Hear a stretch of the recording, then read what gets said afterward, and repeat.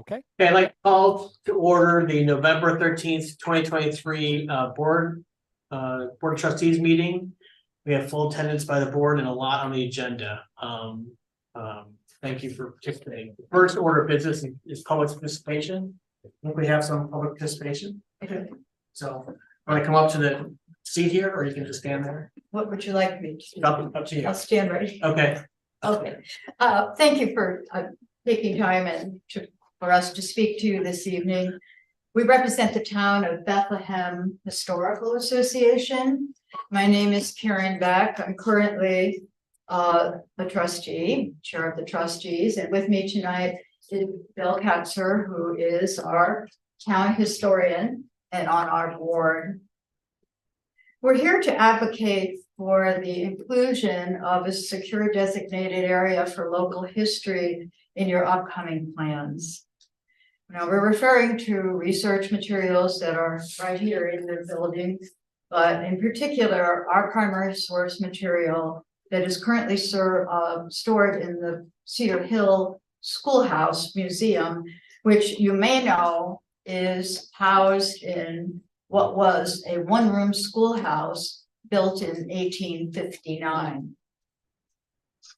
Over the years, our archive has grown. It includes handwritten diaries, collections of personal letters, photographs, scrapbooks, and a wide variety of documents, all irreplaceable primary source material. The Bethlehem Historical Association, though, is an all-volunteer organization. All of the material I just mentioned is inventoried and carefully stored in archival envelopes, files, and boxes. But honestly, our volunteers are not professionally trained. And because we have a pretty steady turnover, it creates a somewhat unstable situation for these materials. Also, because the basement of this very building routinely has standing water during sustained heavy rainfalls, we house all of our paper upstairs in public rooms where the environmental conditions are better, but that comes at the cost of security. And because we are closed most of the time, and we depend on a large number of ever-rotating hosts, access to this material is very limited. We feel that the material deserves professional oversight and a safer, more secure environment. We also would like students and researchers to have controlled access to it. We see the library as the perfect solution. We can tell you that people are keenly interested in local history, often passionately so.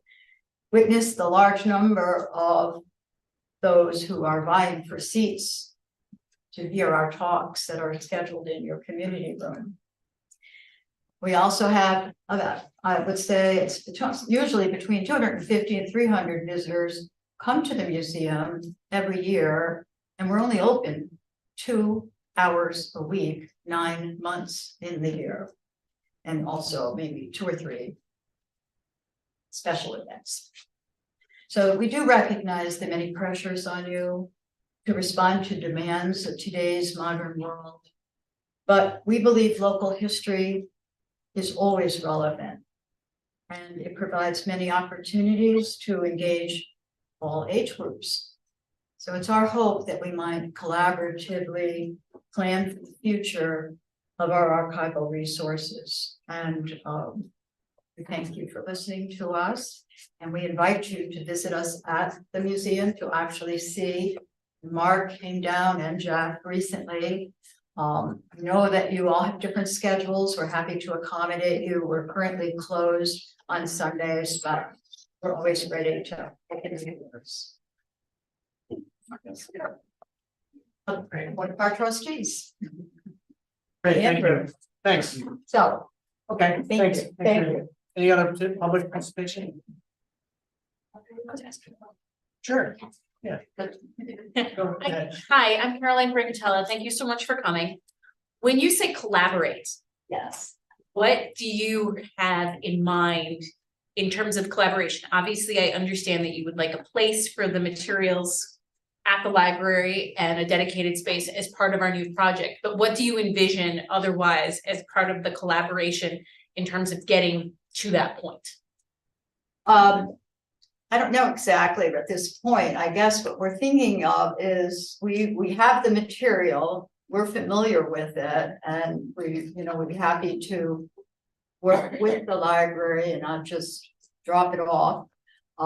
We also would like to have access to it as public access, actually, because we do photocopy and use the material in our exhibits at the library.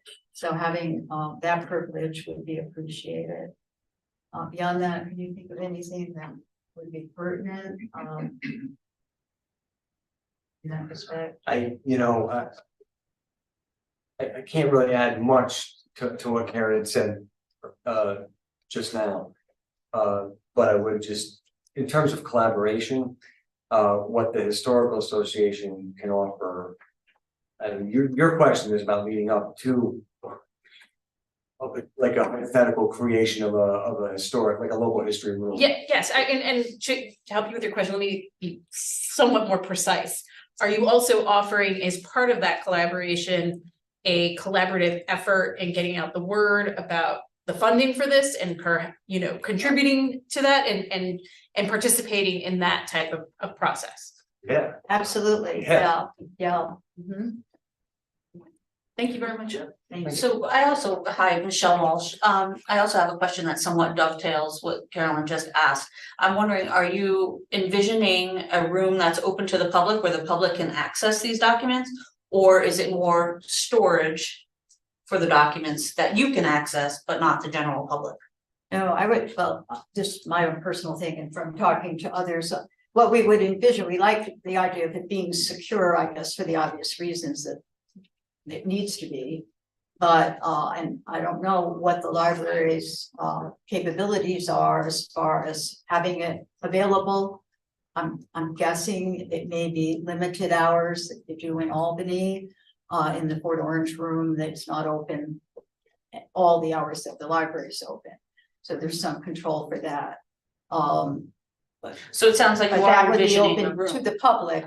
And I don't know, the library would have to determine the staffing and how that would work best to fit your needs. Okay.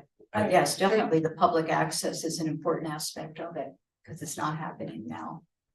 Okay, thanks. Well, can I just add in, as a user of archives, usually if you want to touch the materials, you have to like fill out a form and say why you want to look at it. So it's open, like pretty much everyone would be allowed, but it's not just like the stacks where you're gonna walk in, and pull it off.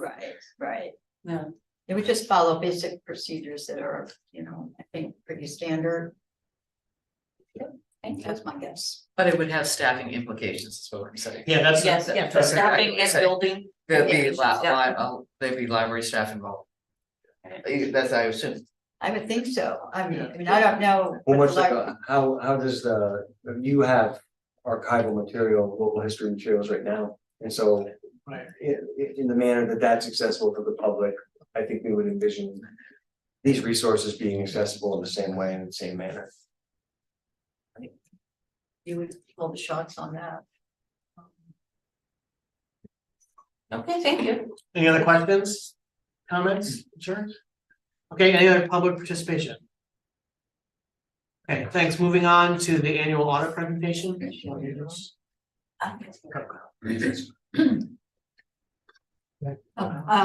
We have Heather Lewis here with us, who's the principal in charge of our audit from MMB. I can never remember that.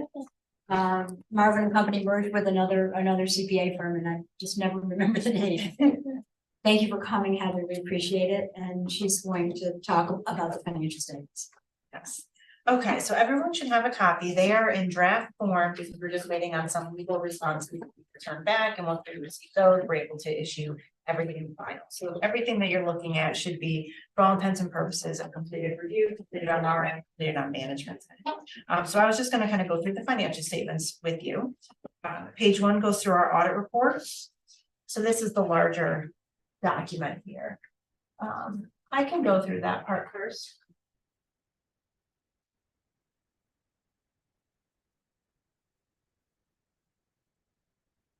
Okay, yeah, I can do that part first. Okay, so this is our management letter. So these are the item, it's just one item that we identified as an area for the library to improve internal controls, and really it relates to review of journal entries. So if we scroll down a little bit, it goes through the journal entries. So basically, there is a review happening, the review is not being documented, and in the audit world, if it's not documented, it didn't happen. So we're just recommending that the review of journal entries be more formally documented so that we can see that evidence of that review is happening. But this is just an other comment. It's not a significant deficiency. It's not a material weakness. It's just an other comment that we would suggest be implemented to assist with just tightening up the controls that are in place. And then I believe the next item we have is our required communication letter. Scroll down, here we go. So this kind of goes through our responsibilities and management's responsibilities. The first page just lets you know that we're responsible for issuing an audit report.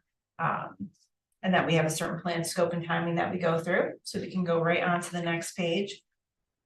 Compliance with ethic requirements and independence. So because we prepare the financial statements, we have to make sure that there are controls in place to oversee that service. And in your case, we have multiple individuals that are appropriate to oversee those services and make sure that we've prepared them appropriately. Everything ties to your books and records.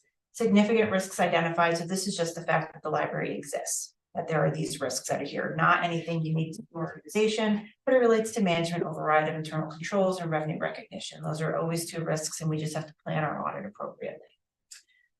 Significant accounting policies, those are all disclosed in footnotes. No new accounting policies this year, so that's fantastic. Significant accounting estimates, so there are estimates within the financial statements. We evaluate those estimates, make sure they're reasonable and that our opinion can be appropriately supported. And they're all listed out here, really related to the depreciable lives of the property, plant, equipment, how long are they going to provide value to the library, estimate of compensated absences, the likelihood that people are going to retire and earn a benefit, estimate of other post-employment benefits. So that's like retiree health insurance. There's a lot of actuarial calculations there. Net pension asset or liability, participation in the employee's retirement system. The state hires an actuary. So lots of estimates, but we believe that they are reasonable. And then the same disclosures related to those estimates are considered sensitive. So no significant difficulties encountered with the audit. Uncorrected and corrected misstatements. So we do have some some corrected misstatements as well as some uncorrected misstatements. So the corrected misstatements, they're included in the packet, but related to just accruing some interest, reversing some prior year accruals, and some adjustments related to the capital project. The uncorrected piece, basically what that means is that it was a small enough amount that we proposed the adjustment, but management didn't have to make the adjustment. We didn't believe it materially misstated the financial statements. So management chose to not make that adjustment. And really it is because of a timing of when you entered into a new contract. So it doesn't follow the same fiscal year as the library. So we would have suggested a little bit of an adjustment to make it follow the same fiscal year. It didn't. Management decided that it wasn't material enough. We agreed and we passed on that. So it's considered a pass or an uncorrected adjustment. Disagreements with management, there were none. We'll get a representation letter from them once we get the audit issued. No consultations with other accountants, and then there's no other significant matters that we need to be brought to your attention. And then the next page is just our signature, and then after that will be the adjustments. So these are the ones that were corrected. So we can see there was an adjustment related to accounts payable for a capital project. We find that typically happens when new projects are starting to go underway. That first year, there tends to be some adjustments that are missed related to some year-end accounting. So the documents that you receive sometimes look a little bit different than what you would see in normal operation. So as projects ramp up, we typically find that there are adjustments related to that accounts payable at the end of the year. And then the general fund, just reversing a prior year accrual, and then some interest being accrued on receipt. So nothing too significant there. Nothing that we felt warranted a systemic issue that would warrant a deficiency of any sort. So we still believe the accounting is appropriate and that these are just a couple of unusual things that happen during the year. Go ahead. I would go ahead. Yeah, on this, so this looks like there's just like regular oversights that we would anticipate. There's nothing systemic about it. Okay, that's it. Thank you. Yeah, if we felt it was more systemic and we encountered many adjustments, we would be reporting that as an internal control finding. And on the previous thing, I think, on page 2, it was that you were talking about the journal entries. I assume, Jeff, has that been resolved? Yeah, we've already implemented the procedures. Got it, thank you. That's it. And then my question was also about the same thing as on page 5.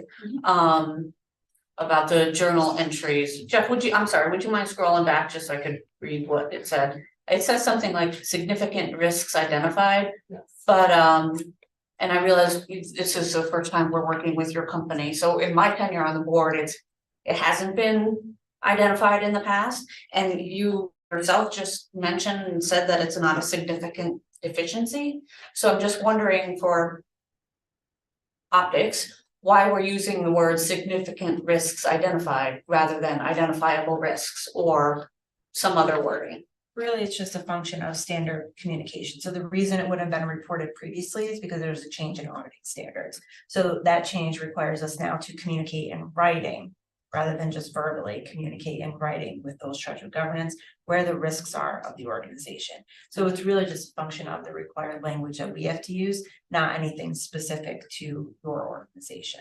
Right, I guess my concern, again, was with the optics of this report and saying significant risks identified at Bethlehem Public Library. It seems alarmist. I had the same question in our committee and I just wondered if there's any, because the public reading this and not watching this wouldn't have the benefit of context.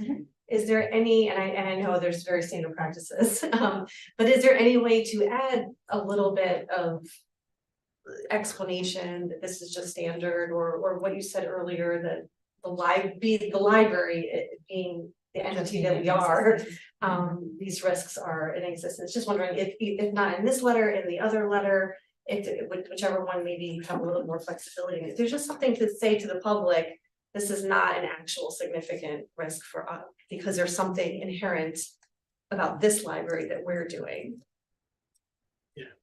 We'll just say that there was a deficiency in the process. It's been resolved. No, That's not what that refers to. though. This is something different, so This is a new standard Okay. that's required by auditors to put in their Okay. communications letter. Okay. so this is in every audit that every auditor does moving forward. This language, That we have chosen to put it in this communication, yes. okay, so I heard you say that every library has this risk. Every organization, it's presumptively mandatory that management override of internal controls and revenue recognition are presumptively mandatory risks in any audit based on auditing standards. Our response is that we have to address the audit appropriately to Right. oversee, to ensure that those risks are properly, addressed, and our audit would detect them if they occurred. So you're saying that every organization the management has the ability to override controls. There's always that. So you have to Risk put that out there. into the audit report just as a risk. Okay. Just seems like there could be a better way to explain it somewhere. I agree with Michelle, either further add more information about this is a new audit standard, put it in writing or something like that. Cause yeah, I read it and I say, oh, what's the significant risk? It's like, jumps out at you. What about at the very start where it says, as we identify with all audits as of 2023? Yeah, or something like that. Yeah, something like that. I can send, Sherry, I'll send you some proposed language change to that specific Okay. item. But again, for people watching, there's nothing about this library that you found which points out a significant risk. Those are significant risks, so those are Right. significant risks to Every- your organization. Well, every organization, right? Is there anything particular about this library in all your work here, in your audit work that identifies any of this thing, any management or override of controls or reporting bias? Did you find any of that in your? There was nothing found during our audit process. No. Okay, I'll send some proposed, okay. And Heather, isn't it true that if some of these risks were found, we wouldn't have a clean opinion, we wouldn't have an unqualified opinion. Correct. So there's the proof, when you get to the financial statement, when you read the opinion, it says it's an unqualified opinion, Right, sure. which means that And there'd be additional recommendations at the end for correction. And there would be language in this letter as well that would say that we identified certain deficiencies or material weaknesses, and then it would refer you to where those are reported in a separate letter. Just trying to get it all on the record here. Yeah. Okay, Any other questions on these two documents? And while you're scrolling through I would imagine the financial committee looked at all this, right? Yes. Yeah, thank you. Okay. So financial statements.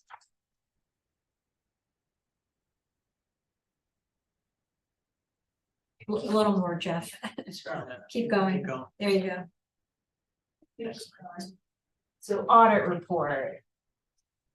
So this is right at that first paragraph opinion. So we've audited the financial statements of the governmental activities, each major fund, footnotes, all of that good stuff. And in our opinion, the financial statements are fairly presented in all material respects in accordance with generally accepted accounting principles. So that's that clean opinion, that unmodified opinion, the highest level of assurance that we can provide. Basis for opinion, so we have to follow auditing standards. We also have to follow government auditing standards. We have to be independent. We have to meet our ethical responsibilities, things like that. Management is responsible for making sure these financial statements are prepared appropriately in accordance with generally accepted accounting principles. They have good internal controls in place. They monitor those controls throughout the year. If they had any concerns about their ability to continue for a year, management should be communicating that to us. There's not any concern. If it was, it would be a whole different type of opinion. We keep going. Auditor's responsibilities. This is what my responsibility is for the financial statements for the audit, is to provide reasonable assurance that your financial statements are materially correct. There's of course certain definitions of what reasonable assurance is, but we do believe that we have enough evidence to issue an opinion. And we have to exercise professional judgment, maintain professional skepticism, plan the audit appropriately, understand the internal controls of the organization, don't give an opinion on them, but we do get an understanding of those, evaluate the policies used, estimates that are within the financial statements, and then just conclude that everything that we've done is sufficient for our opinion.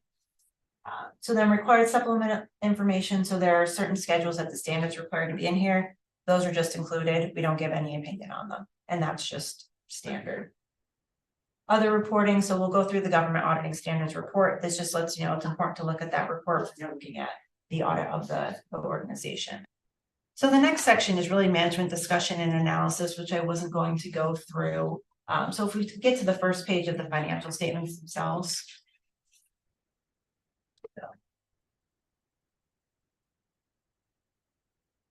Keep scrolling down. It's going to be page 10. I'm not sure what page on this. Okay, right here. So these are your full accrual financial statements. The idea is that this page and the next page makes you comparable to a for-profit entity or a not-for-profit entity. It has all your long-term assets, long-term liabilities, and all the funds of the library. So your long-term assets are going to be your capital assets, your deferred outflows of resources, and then on the liabilities, it's going to be your long-term liabilities and your deferred inflows. And then the next page is the same thing on the revenue and expense side. And then if we keep going to the balance sheet on the next page. So these are where the fund financial statements are. So your general fund is where all the general operations are, and then your capital projects is for your new capital project where all that activity will be accounted for there. So nothing really too significantly different from last year.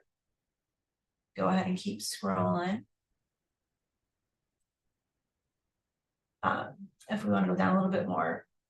Okay. Oh, can you go back up? Yeah, right there. Perfect. So we have our excess of revenues and other sources over uses. So the general fund, what this is showing is that 101,000. So your revenues exceeded the expenditures for the general fund by about 101,000. And then on your capital projects fund, they exceeded revenues exceeded expenditures by about 157,000. And that really is because you had that transfer. You approved a transfer 400,000 from the general fund over to the capital projects fund. So as you continue through all the different phases of the capital project, that fund balance will eventually go negative and we'll have some deficits, and that's just because of how capital projects are funded with short-term financing versus long-term financing. So this was all expected activity this year. So any questions before we go to some of the back schedules?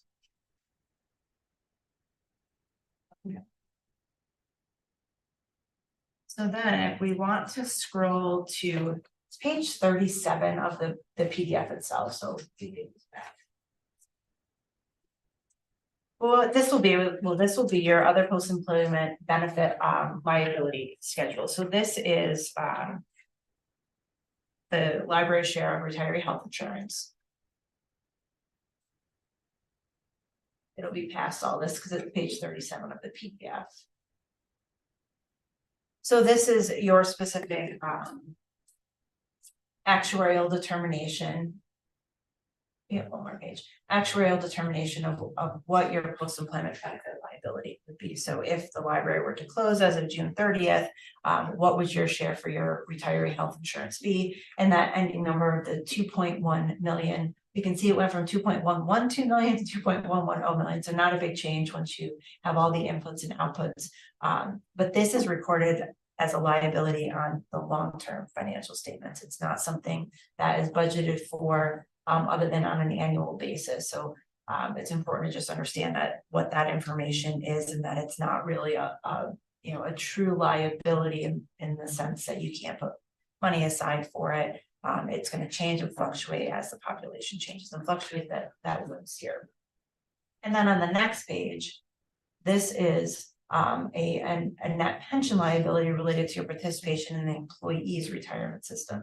So this you really have no control over, but you can see, yep, it's a liability of 1.7 million. Last year it was an asset of 647,000. So that swing caused your financial statements on those first few pages to look a little different this year than they looked previously. You have absolutely no control of this number. It's based on the state's actuarial firm that they hire and your proportionate share. So it's just important to know the difference between these two numbers. OPEB, you have more control over. This one you have zero control over. And then after this is our report in accordance with government auditing standards, so we can scroll past that. So this just lets you know that we have to consider your internal controls as part of our audit process, get an understanding of, if they're functioning throughout the year, if we have any concerns, gives you some definitions of significant deficiency and material weakness, and then lets you know in that last paragraph on that page that we did not identify any deficiencies that we believe to be material weaknesses. If we did, those would be included here in this report. And then on the top of the next page, it lets you know that we also have to consider your compliance with any significant laws or regulations that would impact the library. And it lets you know that we did not identify any deficiencies concerning the compliance of the report to you. So this is all very standard language in here. And again, shows that there was a clean, it's not really an opinion, but a clean report to the library of no deficiencies, no material weaknesses, no material non-compliance. So any questions on this?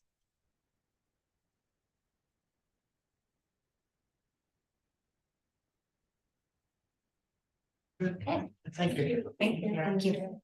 And thank you to the committee and to Sherry and all the staff who worked to prepare documents and go through the process. Your revised language. Okay, thank you. Thank you. Yeah. Okay, thanks. Now we'll move into the Ashland McGraw architect presentation. Awesome.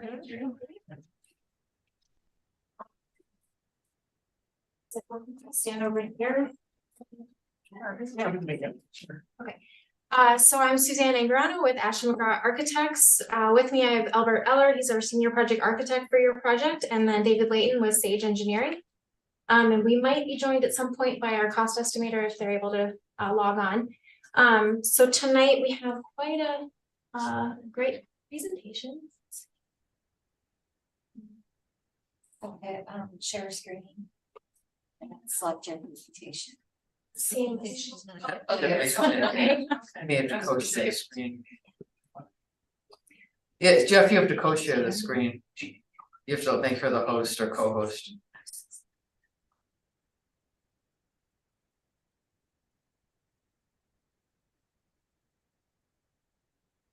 Okay. Try again.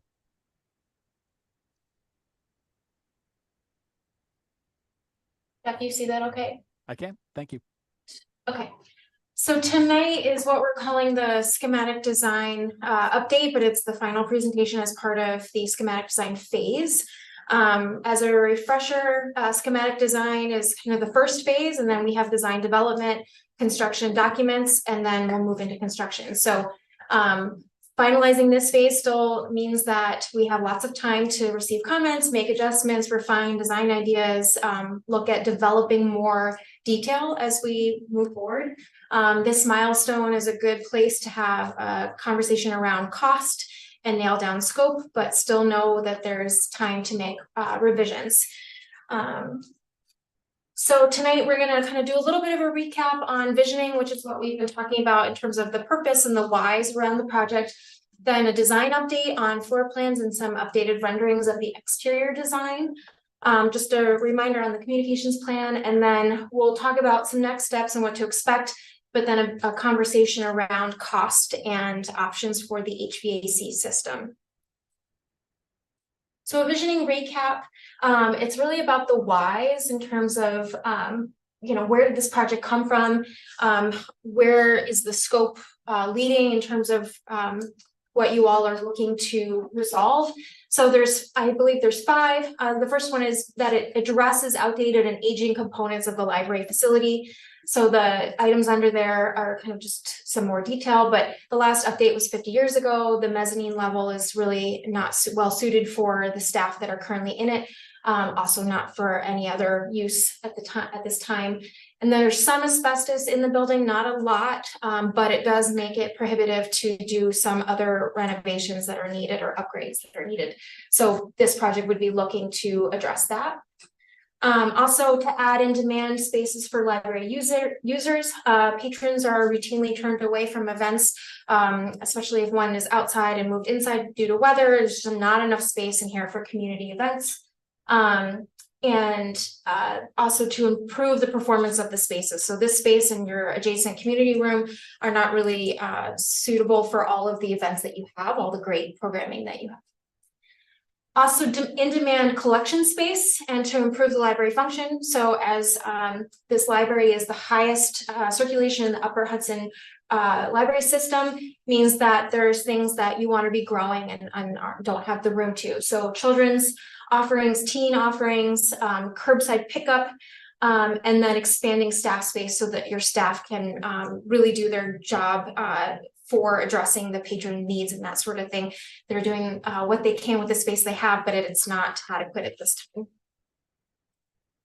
time. Also to enhance accessibility. So that's from the parking into the building. That's also within the building, navigating the building, as well as visual and auditory support for those and looking at ways to address that.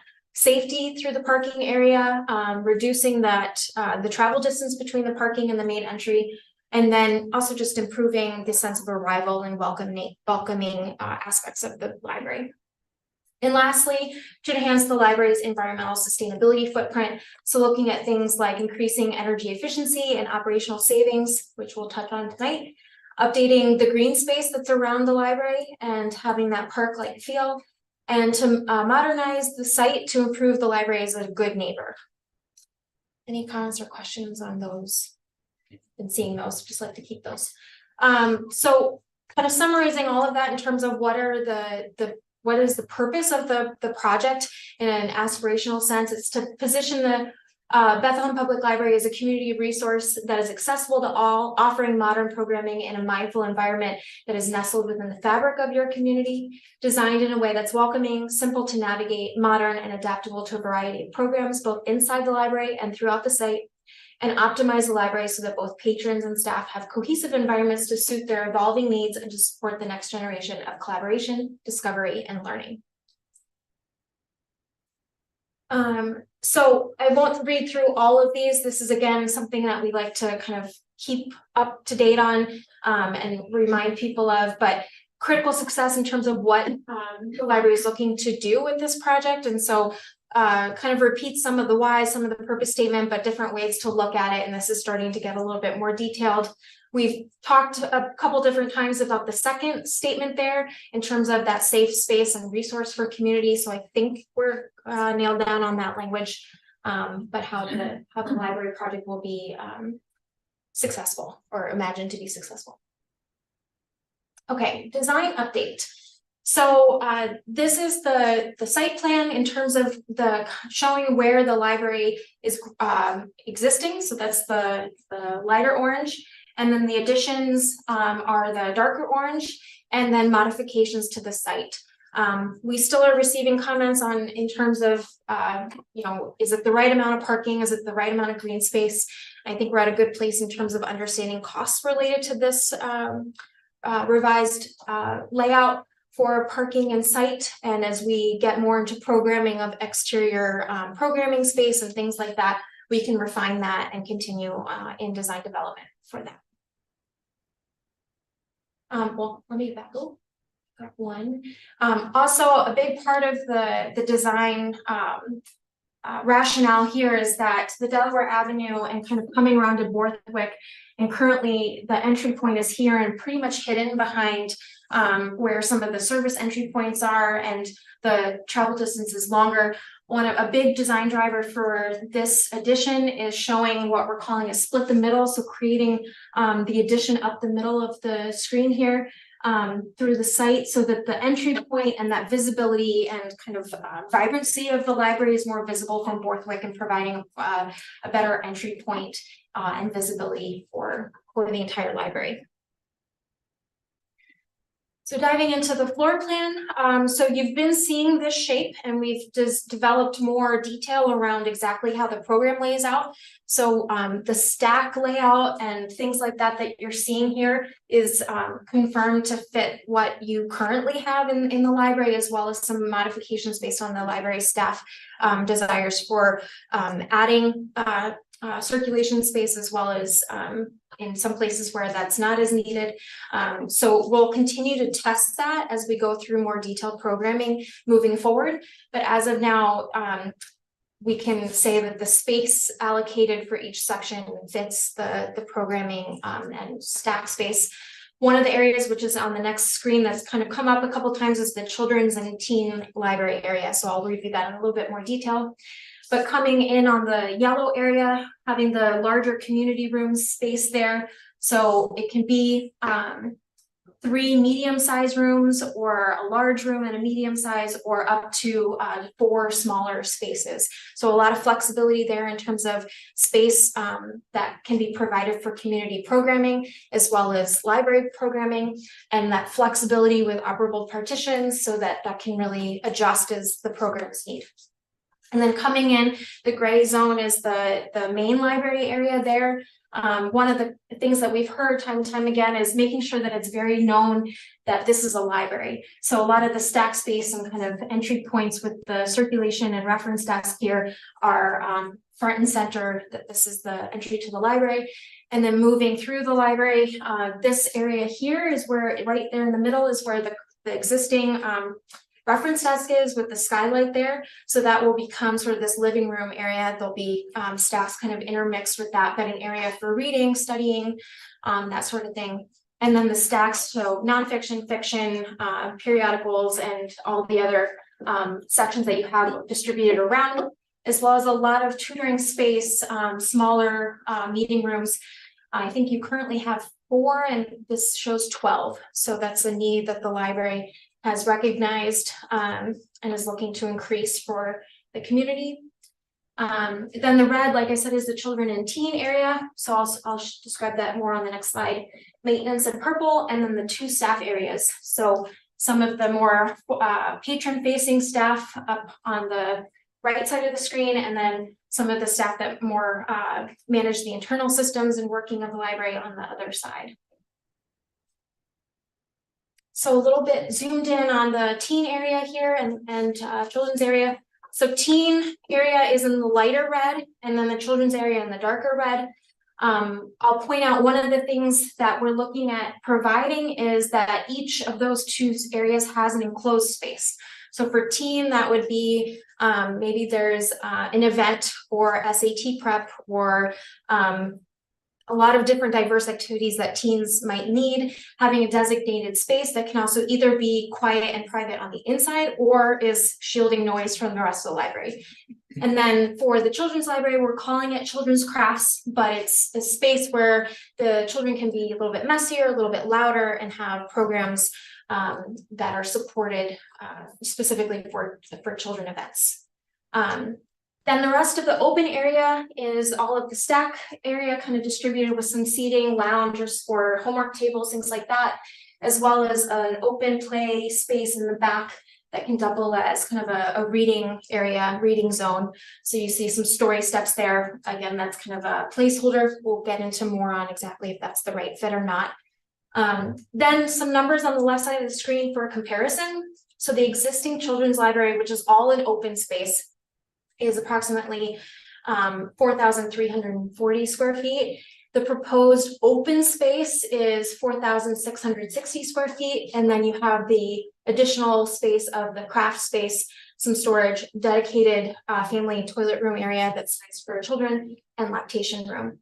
And then the teens library existing is approximately 790 square feet. The proposed in the open space is 1,160 square feet, plus the enclosed multi-use space there.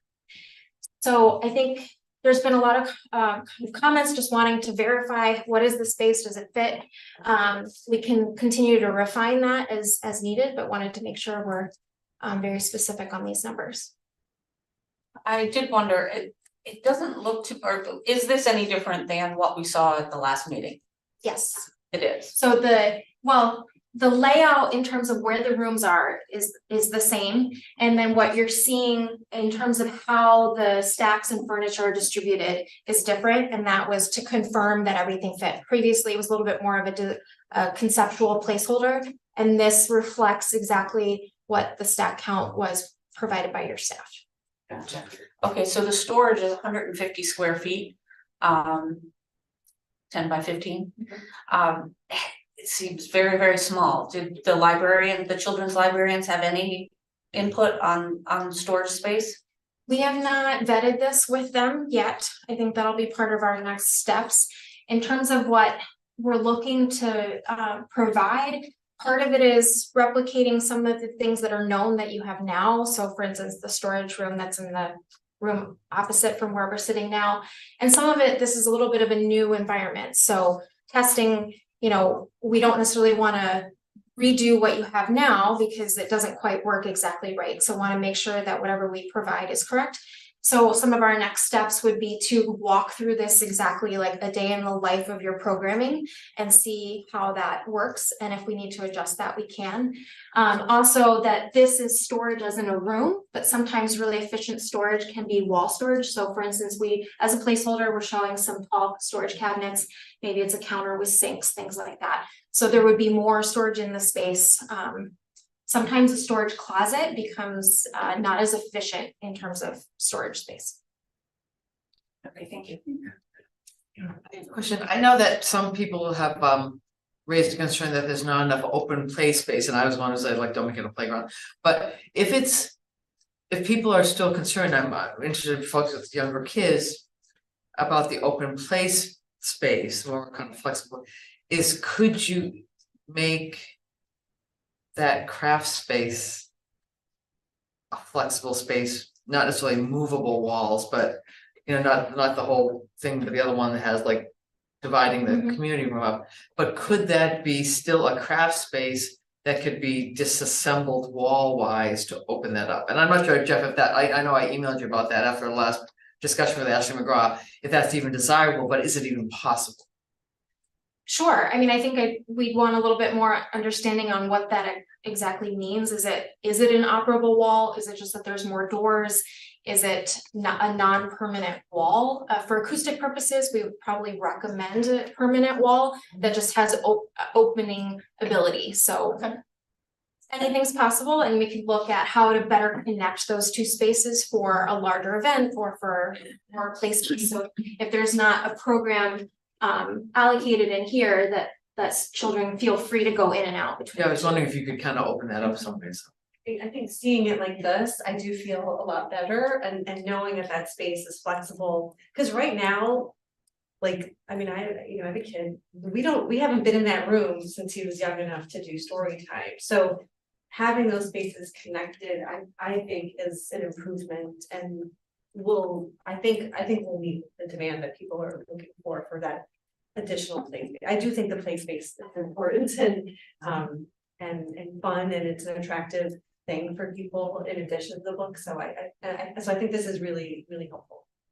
I think Jeff made a good point about that space at the last meeting, that while programs will occur in there, they're certainly not occurring all of the time. Right. So when that space is not in use, it can become flexible space pretty quickly.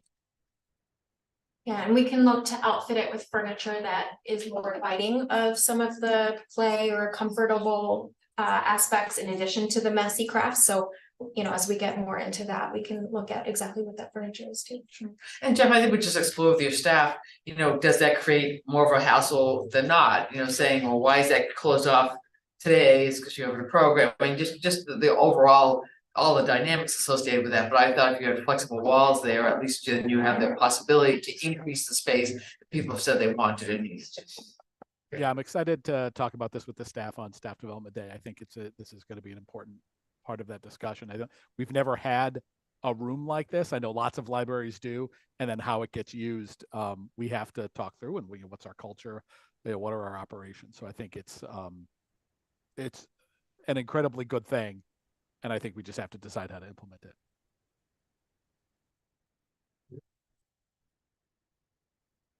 Okay, so moving on to exterior design. So we provided 2 exterior design options to the trustees about a month, 3-4 weeks ago or so. And we kind of walked through how we develop design for the exterior facade. So part of it is based on looking at how we can mesh the existing architecture with the new. So taking some cues from the existing, so some imagery from the library with how the materials are used, the scale, shapes, and kind of datum lines across, and also how glazing is done throughout your existing building. And then we also looked at some examples of other architecture and how things that we felt as design team would mesh well with your existing architecture, but then also got some feedback from library and library staff and the board and the community on what they liked or didn't like. So these are some of the favorites. So you'll see some use of wood, also windows and glazing that kind of carry that from exterior to interior. So materiality, also just view and transparency. And I know we've talked a lot about security and safety as an issue, and we feel that we can still continue to discuss that and refine as needed, but that the design is creating this buffer between the exterior glazing and transparency to the interior and providing kind of a hybrid approach there. So these were some of the favorites and how we looked at using wood and glass in relationship to the exterior or the existing exterior. And then the 2 options that we provided previously are these 2 here. So the top option there is looking at kind of some organic shapes in the facade. And then the bottom one is kind of looking at more of this combination of interior and exterior. Based on the feedback from the board, it sounded like a hybrid of those 2 would be the way to go. So what I'm going to show you tonight is that, and you haven't seen this yet, and so happy to receive comments, but also know that we can continue to refine that. So this is a view from Borthwick. So if you were to kind of drive up Borthwick and look to your left to the library, this is the new east entry of the library, and the community spaces are here in this block. And then you'll see this is the existing skylight that you have over the reference desk, and how those kind of play off each other nicely and weave that in together. Also looking materiality, I know it doesn't quite read that well in the rendering, but the darker material being wood, and then the lighter material being, we'll look at different options there, but maybe a fiber cement panel or something like that.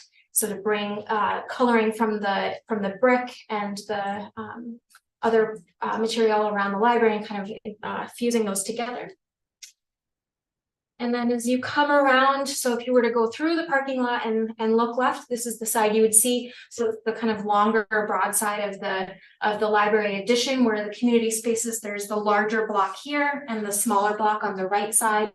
and then kind of a center circulation path, so having some transparency there. You'll also see what we're calling a modified butterfly roof. So I think there's a lot of, the butterfly roof was well received by the board.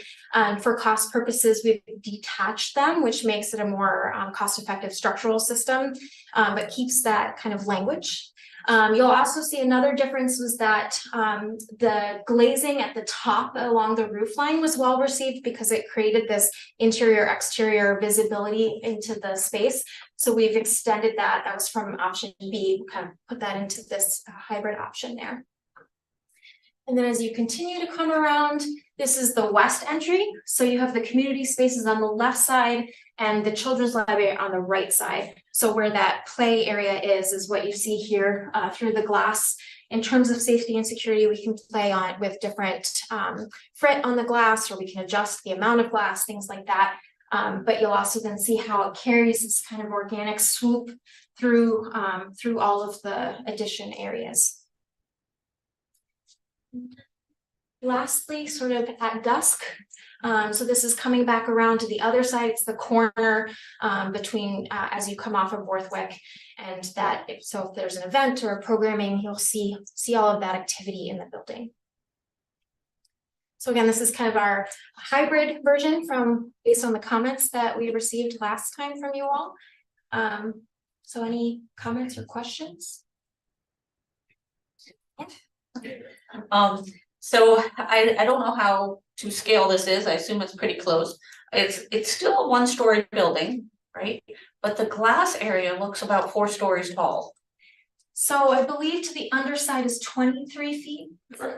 So in order to have the larger community spaces and with some of the other programming that you potentially would have with lighting and a larger audience, and then the operable partitions, plus needing to get the mechanical system up there, that's about the height that we would need. So I think the operable partition is about 16 feet tall. And then from there to the underside of the roof is mechanical space.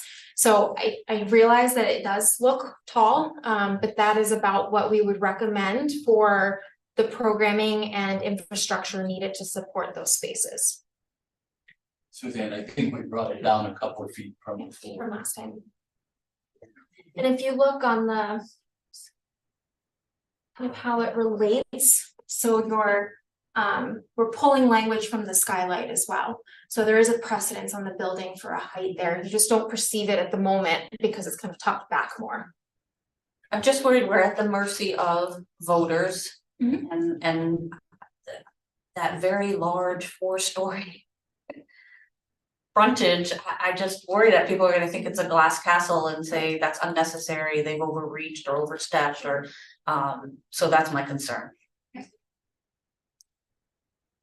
I think part of the communication strategy is to say to get that big community room and the diversity is like, in order to get the equipment to work there, but you're right, optics wise, they'll just see this.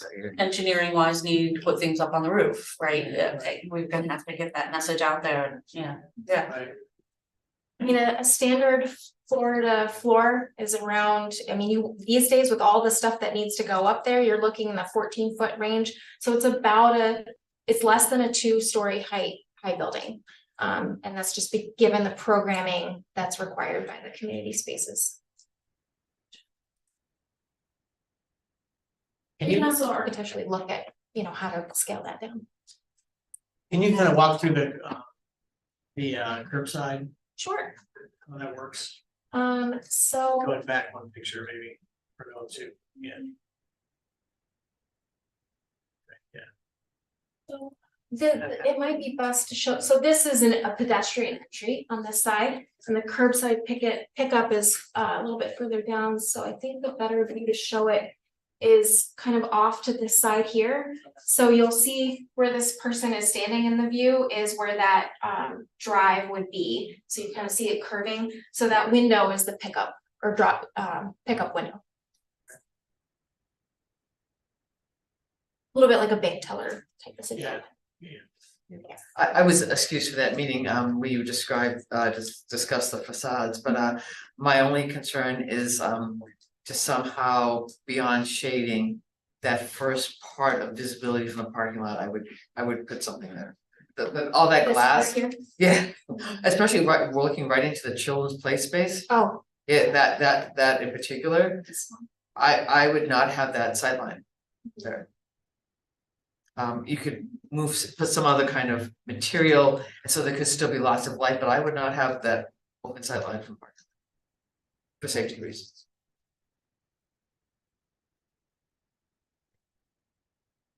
I'm happy to see the butterfly, which I've come to think of as the book. Yeah. I really like that. So when the first picture, I was like, no, it's gone, but I forgot we have to come around. So I like it. And I do love the, you know, the curve, and how you've taken it through.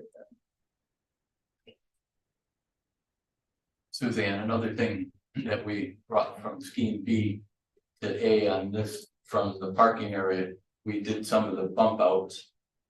Facing the parking area that allows some different seating or collaboration areas from inside, and it breaks up that elevation a little bit, so there's some shadow line. Yeah, I really like the bump outs. That looks great.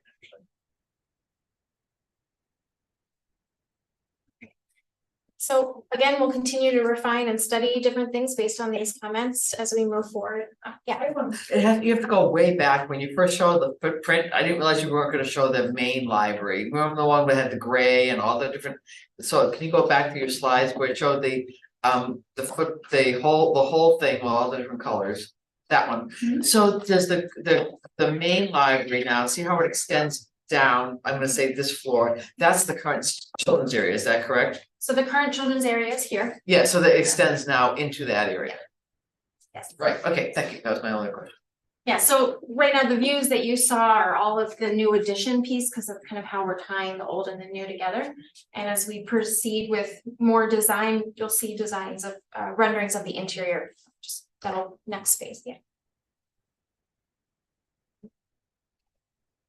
So the next topic is communications plan. So again, this is a little bit of a refresher, but working with Kristen and the library to develop our team is developing content, and then there's a communications plan to make sure that everybody is informed and has access to the information, like recordings of these meetings, as well as displaying inside the library, a website, newsletters, social media, and community events. So we'll be planning various events as well.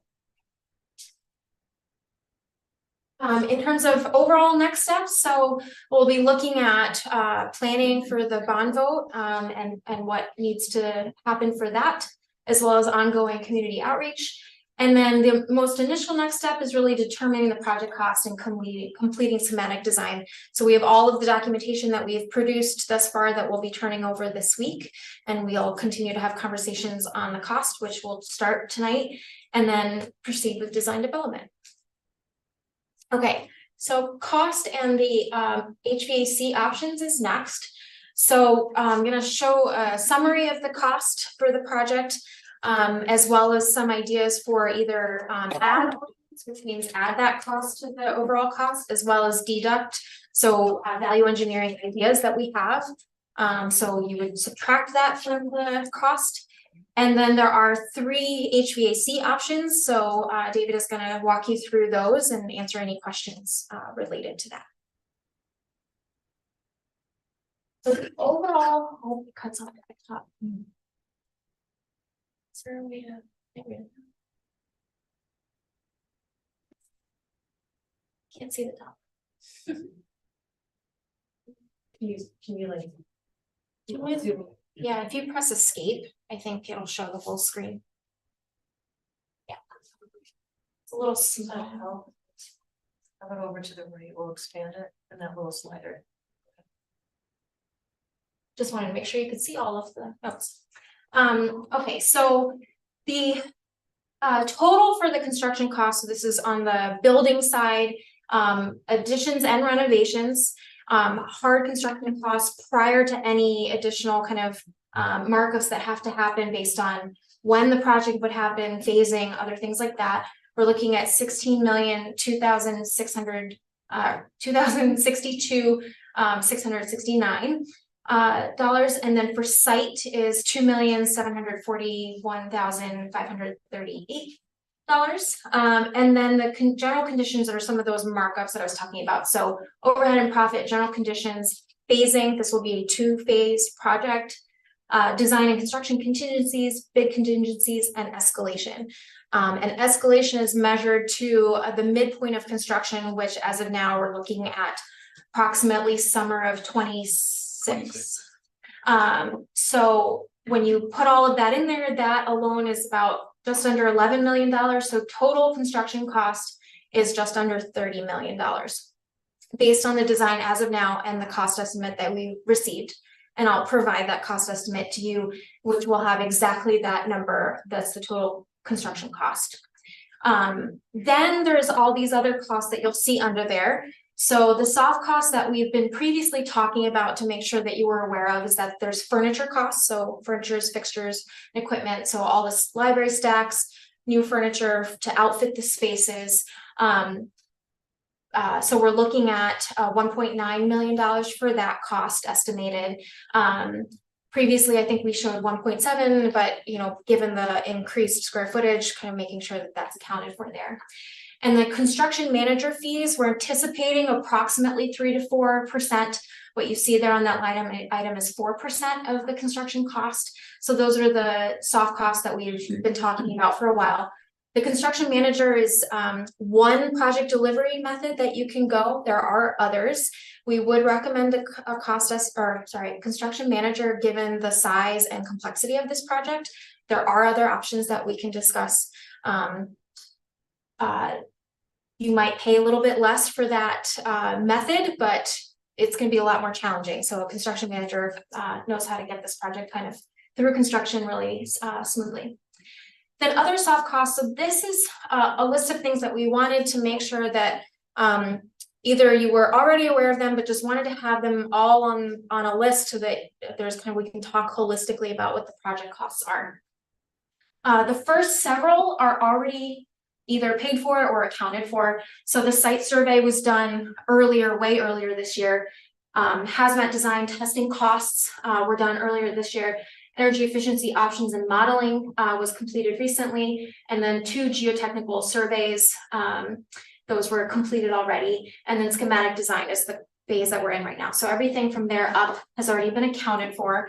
And then below that line are what we anticipate of upcoming fees. So there's the design development through construction administration fee based on our previous contract.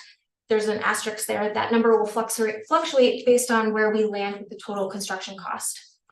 Then there's a line item that's TBD in terms of cost that you will probably be looking at, but we don't often, those are typically done directly through you. So moving costs, so as you move furniture and stacks and books and things like that around in the interim, cost for that, legal, fiscal advisors, commissioning and special inspections, things like that.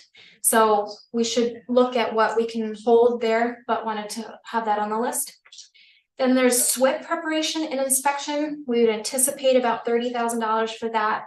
And then a design consultant reimbursables. We typically hold about 1 to 1.5% of the construction, of the fees for that. So kind of a rough idea of what that is. So total project cost at the moment, we're estimating $35,406,019. I had a couple of questions on the thing. So when you talk about the site, the 2.7, what is in that 2.7 number? So the actual hard construction cost of the site is actually 1.7 million. And then you add these additional this line item of general conditions actually only applies to the construction cost for the renovation addition. Okay. So there's also those embedded on that site cost, and I can give you the details of that. So that is for revising of the parking layout, making modifications to support the addition. A lot of that is kind of as we put the addition out there, making modifications to the structure and the site there. Okay. Things like that. Infrastructure, stormwater management, bringing line in for the fire protection system that we don't have now. Right. Site amenities for seating, signage, planting, trees, Okay. Good. Go ahead, you said that your construction, your fees, you went to 4%, you're at 4%, so that's the higher. Construction management, yeah, so Okay. we would anticipate 3 to 4% for being conservative. I've shown 4%. Okay, good. That's my questions. So I wondered, what kind of are there any safeguards, to protect this cost estimate? Like, I would hate to bond for 35 million, if it's possible, and then get halfway through the project and have it be 37 million, I mean, we couldn't. So a couple things, one is that a lot of this line item is to account for that. So the contingencies are if the design revises or the construction climate changes. There's also escalation, that's the biggest one, that's actually 11.4% right now, up through the center point of construction period. It used to be more, before all of the kind of ups and downs in our market right now, that used to be more in like the 7% range for a project like this. So that's accounting for those things. So that's trying to account for those unknowns in the climate, as well as that, there's construction's not happening for a couple of years. And then another piece is that when we settle on a project cost, that is then the design team's target. And we work with cost estimators as well as the construction manager. Once you have them on board, they'll be providing a cost estimate. And so that'll happen multiple times throughout design to check if we're still on target. And if for some reason it went up, we'll look at why is that and look at areas where we can refine the design to even that out, or start looking at items that we can pull out and get as a separate cost and potentially eliminate. All right. Thanks, Susan. But there's no guarantee, correct? There's no guarantee, no, but all of these factors, thank you, all of these factors are working hard to make sure that once we settle on something that we are able to stick to that as best as.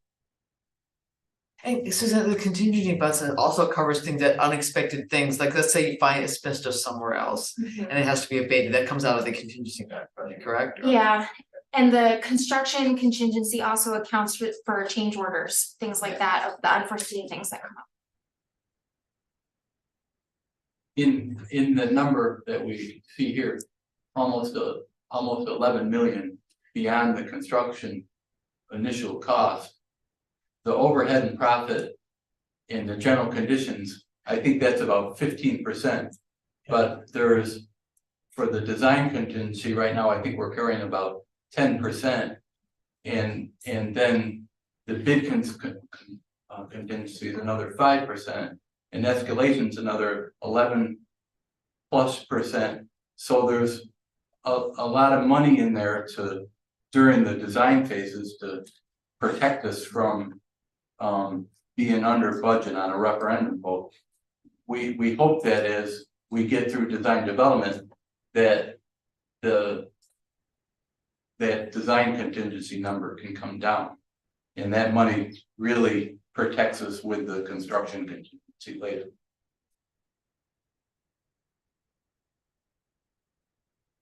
So in terms of thoughts on additional things or reducing things, so one of those, so you'll see add alternates. So these are things that we've been talking about as throughout the design. We wanted to get a cost for, but weren't totally sure on. So alternate one is the telescoping seating, and related to that is the operable wall that allows that will cover the telescopic seating when they're in their up position, that allows them the other operable partition to butt into it, so it has a clean surface. So they're kind of one and the same. So that number is the hard cost plus all of those contingencies and other markups embedded in that as well. Alternate two is the heated sidewalk. So that would be from the front entry out to the parking lot curb. And that had been talked about in terms of operational savings and salt savings, as well as safety for pedestrians. Right? Yeah. That seems really low to me. Okay. Is that just one piece of the sidewalk, or is that? Yep, it's from the entry, the west The entry to the non-community spaces. The part, okay. From the west entry out to the curb of coming up the parking lot, the center just. So it's like the main library entry point. Yeah, Okay, not the community rooms. correct. Okay, that makes sense. And we can look at revising how much or how little there is of that too. I just thought that was really cheap. I was like, when we looked at it in the past on a project, it was 5 times that. It was a lot bigger space. There's also electric versus hydronic, and I Okay. believe what's accounted for here is hydronic, which is the lesser expensive option. Okay. Then alternate 3 and 4 are the ads for HVAC option 2 and 3, which are not as straightforward as those numbers show, which David will talk about. There's incentives that tax incentives and rebates and things like that that will bring that number down. And then some operational costs as well. So he'll describe those. In terms of value engineering ideas, here's a couple that we've put on there. Doesn't mean you should take them or even that we necessarily would recommend them, but wanted to kind of take some of the biggest ticket items and put them out there in case we wanted to look at some options. So one is that the entire community addition, so the circulation and within the community spaces, the cost estimate is showing an epoxy terrazzo flooring. One of those is for durability and longevity, as well as based on some of the programming, we had heard that those get really beat up and things like that. So that's probably the most durable flooring that you can have. But we could look at swapping that out for porcelain tile and resilient or a combination thereof, which would reduce that cost pretty significantly like that. And then there's this second line item is actually something that we'll probably be doing as we started refining the exactly how everything laid out in the space. We ended up with a little bit of extra space that we don't feel you need in the addition. So we'll be pulling that back, and it also allows for a better curbside pickup experience and path there. So we will likely be doing that regardless, just as a refinement to the design. Also in the cost estimate, we were holding cost for skylights. So you have the existing skylights. So we were looking at, it'd be nice to have skylights in the new addition as well to mimic those and bring natural light into those spaces. We can eliminate and or reduce the size of those. So we've put in kind of a placeholder of around 200,000 for that reduction. One, I don't think you would want to do this, but we could eliminate the pavilion and the infrastructure for that. And then another one is that the operable partitions to make up the different sizes and shapes of the community spaces, we are showing a motorized option for that. You could go to manual. And given that you might not be moving them around that much, or you have your trained staff that operates them and it's not as difficult for them to do, moving to manual does save quite a bit. These are all kind of placeholders. We would need to get stronger numbers on those if you decide to go after any of those, but those are some ideas we had. The pavilion may also be something that the Friends of the Library are looking towards funding. So it's just, it's one of the possible options. Any other questions on the cost summary or these alternates? We're gonna go to the HVAC. Yep. I don't understand that at all. So. Okay, Yeah. that's why we have David here. Okay, so I'll go back to the presentation. I know, me too, like, that's, I get that. Yeah. Still can't see it. Do you mind going back to escape? I'm sorry. I thought maybe we could see it, but okay. You want to stay out here? You can chime in. So I'm David Layton. She introduced me before from Sage Engineering. We design mechanical, electrical, plumbing in buildings. That's all we do. We don't do structural. Well, we do some structural, but we don't do the stuff outside the building. We do everything the architect does in a building. Specifically tonight, it asked me to come and talk about the HVAC systems, which if we do our job right, we never hear about it again. So that's the goal. So,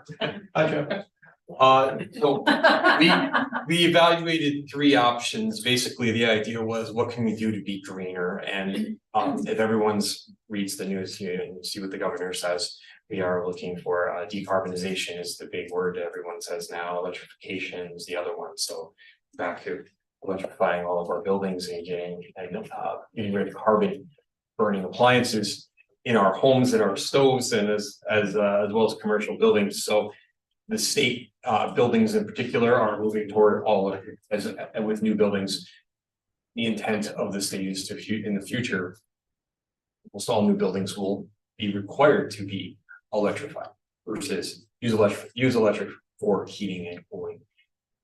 So however, when I say that, I think everyone might be thinking electric heaters on the wall like we had in the 70s when electricity was really cheap. Sorry, I was kind of young then, but there's still in a lot of buildings, people have them, but that's not what I'm talking about here. In our case, we're talking about heat pumps, and I won't get into the technology of heat pumps other than to say that with a heat pump, you get roughly for every amount of energy you put into a heat pump for heating or cooling, you get about 5 times as much energy in your actual system. So it's much more efficient than just heating with electricity. So we looked at 3 options. Option 1 is the traditional gas-fired rooftop units, which is what you have now on your roof. You've got ductwork in the ceiling with these guys here blowing out air.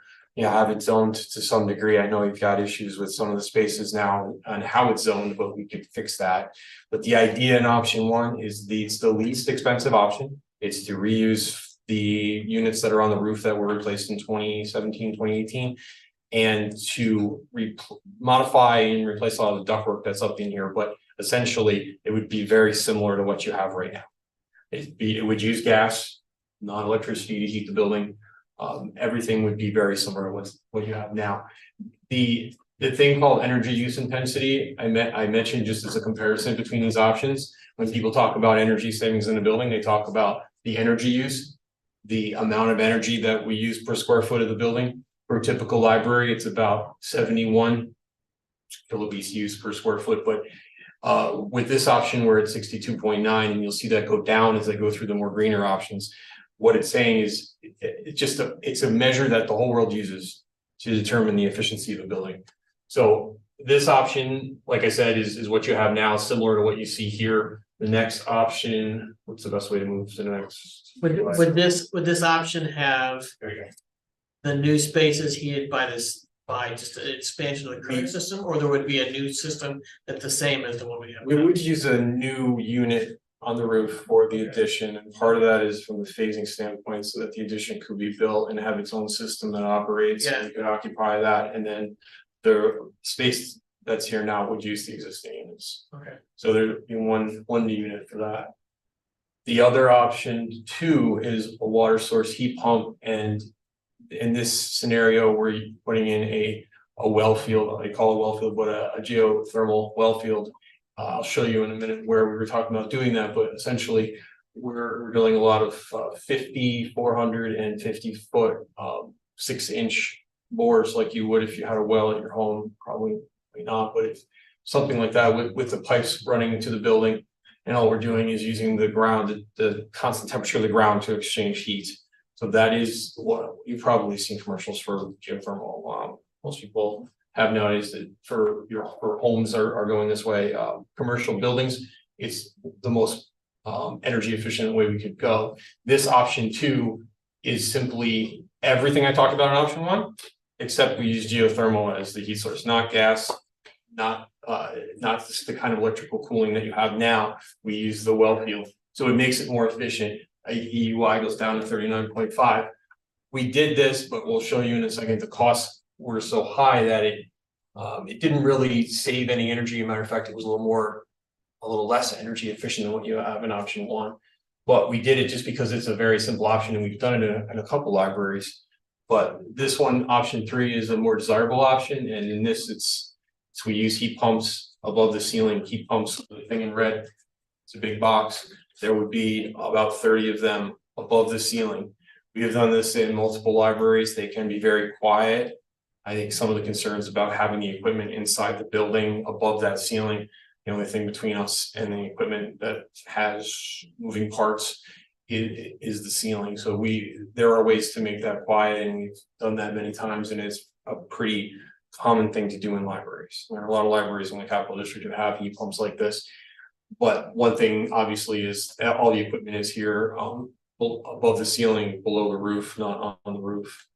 It's that in that way, it's much different than the other system with rooftop units. The EUI is 24.2. It's a very efficient system.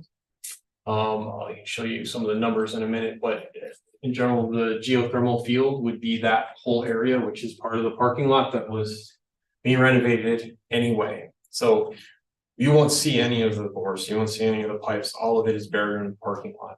The lifetime on that is 50 to 70 years, so much longer than the parking lot. If you're repaving the parking lot before you have to worry about the well field. It's basically just a bunch of pipes underground that are not something you'd ever have to maintain. What we did is to compare these things, we did an energy model, so I'll explain, and we looked at the construction cost, said how much would the options cost and what would this energy usage be for each option.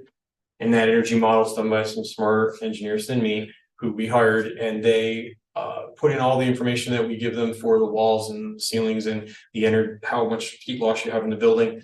And they model the actual building. That's actually a little model of the building. And then they simulate how it will operate, how much energy will be used by inputting everything that we give them for the equipment, the energy efficiency of the equipment, et cetera. So what we found is that option one is around $82,000 a year in energy costs. And that is based on the numbers that were given to us by Jeff for your last 2 years of energy use. That's about where you're at right now. So it's very similar. The option two is the one I talked about, which is just rooftop units, but a geothermal, 106,000. And that's, again, we live in upstate New York. We heat a lot more than we cool, and gas is still much cheaper than electricity. So that's the reason that was so high. Also the reason that I wouldn't consider it, because it cost as much as option three and it cost a lot more to run. So I think we in general, we ran through the numbers in the exercise, but I think we crossed that one out and say option three and option one are the real two options that make the most sense. Option three is the most efficient at 68,000. So it's around 14,000 less a year to operate than the gas-fired option. But only 10,000 more to put in. No. Really? A lot more than that. So everything was talked about with the construction costs was true. There's a lot of contingencies in there and it's a bit high. I think the construction estimate option one is what's in that 35 million, right? Is 3.8 million. That includes that overhead and profit and everything else. That is a number of including all those contingencies we talked about. It's not the cost that you pay the actual contractor, it's got all the other numbers in it too. It's 3.8 million. So that's what's in that $35 million number. And the annual energy cost 82,000. The option three, 7.6, they're saying it's almost $4 million more the cost estimator. I don't necessarily think it's that high, and our geotechnical sub-consultant who we use who designs geotechnical and installs them all the time says it's a bit high. But I think even if we take some off of it, the general idea is the same, that this is a very expensive system to install. The big thing is there are incentives. The New York State has the clean heat program.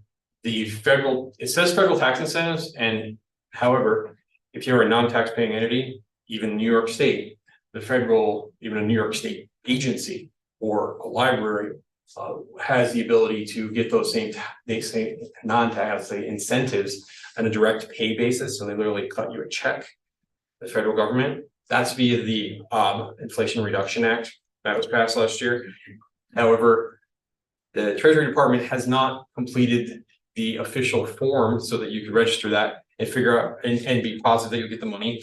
And they don't even have the website up yet, but it has to be up by April 15th because that's the tax season. So we know for a fact that they will be there, that those incentives will be there. It's just waiting for the government to get to it.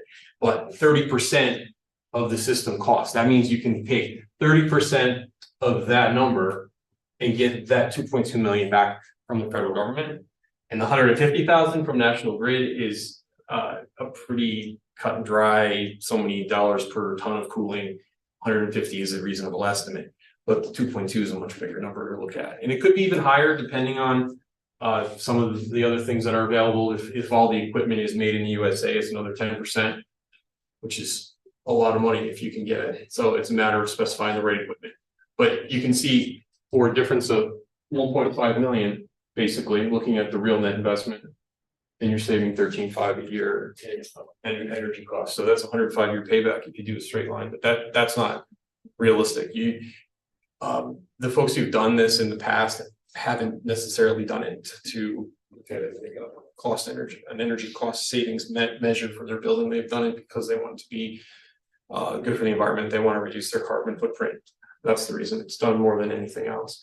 And I think, honestly, if that number were to come down and be a little bit more reasonable, that and for the geothermal, that obviously would reduce that difference quite a bit. So I'd like to think that would get better.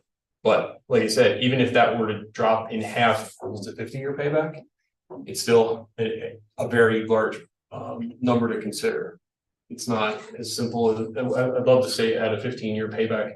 In a small scale system like a home, that is true. You could get a 15-year, 10 or 15-year payback, but on a system of this size, it's a little more difficult. So if I look at option 1 and option 2 and the pros and cons, obviously with option 1 rooftop units, it's a lower upfront cost. There's less equipment to maintain. You only have the units on the roof, essentially. However, it's less efficient and you don't get any benefit of the reduction in greenhouse gases. So option 3, it's much more energy efficient, it's eco-friendly, you know, definitely as green as you can be. It's pretty much the system. The only thing you could do, which costs a lot more, to make it even greener, would be to add solar somewhere on the site and to offset the electricity with the solar on site. To do that on site, electrical generation would obviously save more, but then again, you're back to the same kind of paybacks of having a high upfront cost and then you know, not a much return. So geothermal in general, I think it's the con of higher upfront costs. Is biggest con more. Yeah, so what, you said more equipment to maintain, what would we maintain? The heat pumps themselves are a box that's maybe 6 feet long by this wide here above the ceiling. Every one of those has its own compressor, filter, fans. Okay. The same kind of things that would be in a unit on the roof, except now you've got 30 of them in the library space. Yeah. So if you want to change a filter, it's in the library space above the ceiling. If something were to fail in the equipment, again, it's in the library. Okay. So you're not open 24 hours a day, so that it's possible to fix it. It's just you want to have There's more of it, yeah. Ideally, they come in at 7 a.m. or early in the morning, usually before the library opens to do repairs. But still, it's a nuisance to have the equipment in there. But it's also, and I know you had issues in the past or concerns from neighbors about the sight of the units on the roof or the sound of units on the roof. Yeah, both the site and the loudness. So in this case, you wouldn't have that. Right. So that's the less rooftop equipment pro. Yeah. But it's a lot of money to consider. Yep. I think the biggest thing is to just really nail down the costs and make sure they're real and they're good. But the closer we get to design, the better we can refine that number. We're obviously having cost estimators and they're basing their numbers on a narrative and some sketches and conversations with us, trying to get that number as close as they can. David? Yeah. So the geothermal option is another 4 million, but there's 2.5 million in incentives. Right. And the way I understand it, those incentives, that money comes back to you a year after construction is completed. Yeah, it comes back after construction. They don't want to give you the money when you have built it because they want to make sure it actually gets used. Sure.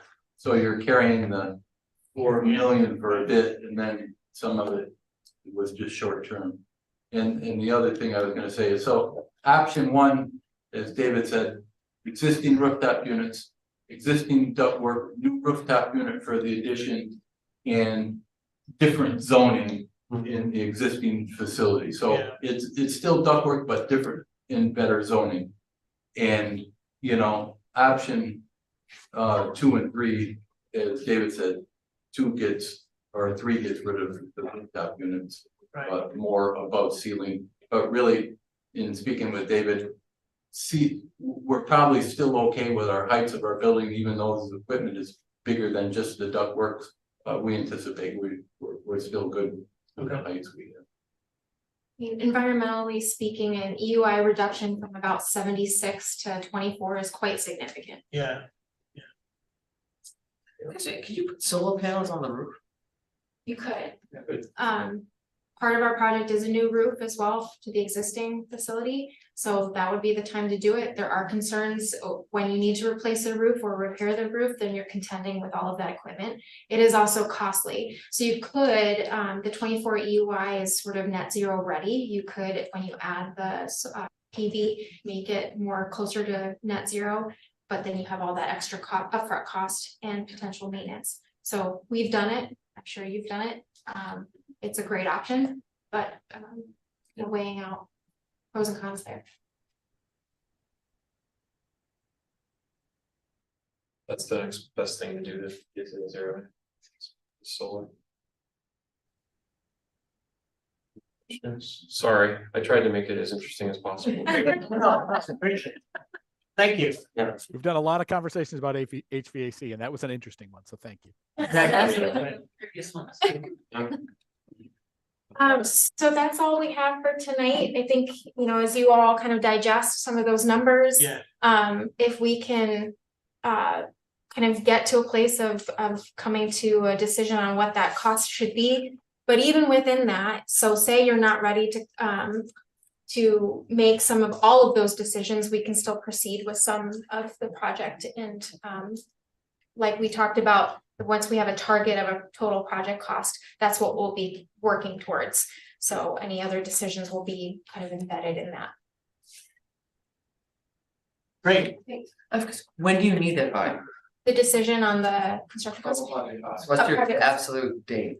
So a lot of that, I think, is most related to your bond vote and trying to get that worked out. We can proceed with a project cost, and if it changes, we can adjust. But we can proceed with the design project, even if that changes. It's mostly for just starting to make sure that we're in line to get the bond process going. Pre-referendum process going. Okay, any other questions? I thought the new design, the kind of mesh of the two was great. Great. It's been last them. Yes, we will definitely continue to study that, yeah. Okay, great, thanks for coming. Thank Appreciate it. you. No, we have to check with the district just to remember. I'm not sure if they need that by March or I can't remember. The Yeah, I date can't remember cutoffs either, so maybe for like December, we have to figure out like what their time, we have to remember what their timeline is and therefore base our timeline off of that to make the notification. So I can't quite remember what it is, but If we're being pessimistic, we want to look at the February. You'd want to have that number and have those decisions by our February board meeting. That clears the March board meetings for the school district to do what they need to do, and without us needing to have a special board meeting to pass that before their meeting. so maybe we should visit it every meeting, just keep having discussions about it and see what else is up and. And to proceed with design, we'd want to have at least what you think you're comfortable with saying it is for now, even if that changes. So that we can proceed with design and know which mechanical option to work towards and what establishes the design fee, things like that. If for some reason that changes, it doesn't really affect us that much. So. Okay. Right, that's helpful. Okay, great, thanks. Thank you. Thanks a lot. So we'll keep going here. The next item on the agenda is the review of previous meeting minutes on pages 53 to 59. We'll take a quick look at those. Thank you. Thanks a lot. Thank you. Appreciate Thank you. it. Any questions? from the meeting minutes? I just have one revision for the one on the 16th.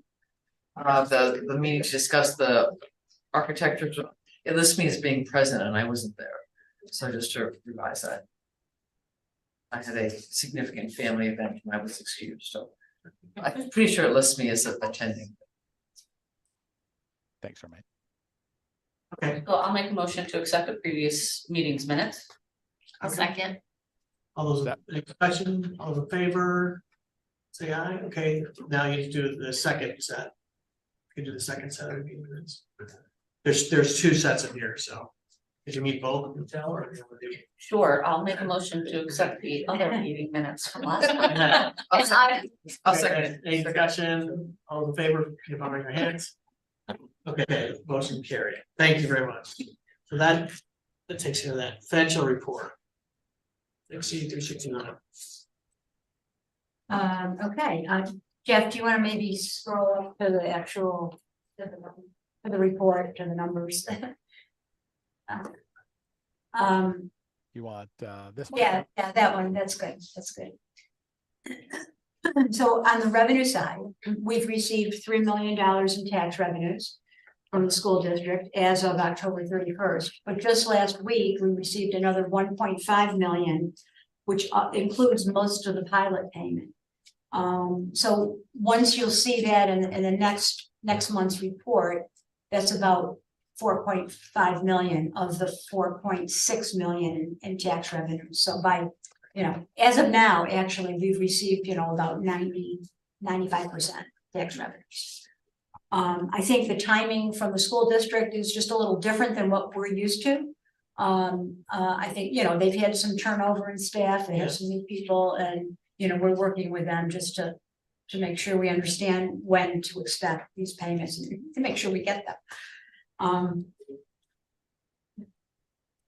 The other thing to point out, well, I mean, other than that, revenue is, pretty comparable, except for the tax payments. I mean, the timing is a little bit different than what it was last year. Did we get it earlier or later? We got it later. Later. Yeah. And so does that account for the 68% versus the 81%? Yeah, Okay, right, so last year, as of October 31st, we had received 4.3 million, and we received, a good chunk of, no, I'm sorry, I'm looking at the wrong column, we received 3.5 million, Right. as opposed to 3 million. Okay. So it's just a little, the timing is just a little bit different, Little different, yeah, but by next month, we'll be all caught up and you'll see, we'll have most of the revenue. Okay. Interest income is a little bit higher too, because interest rates are better. And we've been, on top of that, I can talk a little bit later about the CD that was renewed and so on. I'll point that out in a minute or two. As far as expenses go, we're really right on track with where we were last year. 26.5%. It's just where we are this time of year. So while we're here, could you just scroll back up, Jeff, where the percentage of the interest rates, you just explained it's 30%. And last year was 190, so I don't. Well, that's in comparison to the budget. So Okay. last year, we only budgeted $6,000 for interest because, when we did the budget, it was in, early 2022, right? Yeah, When we was totally done it. different interest. Yeah, and it was a totally different interest environment at that Okay. point in time. When we budgeted for 2023-24, we budgeted, more. Okay. But again, very conservatively because, that rate can fluctuate so much. It's really, you need a crystal ball to know really what it's gonna be. So that's why there's a big difference. That's great, thank you.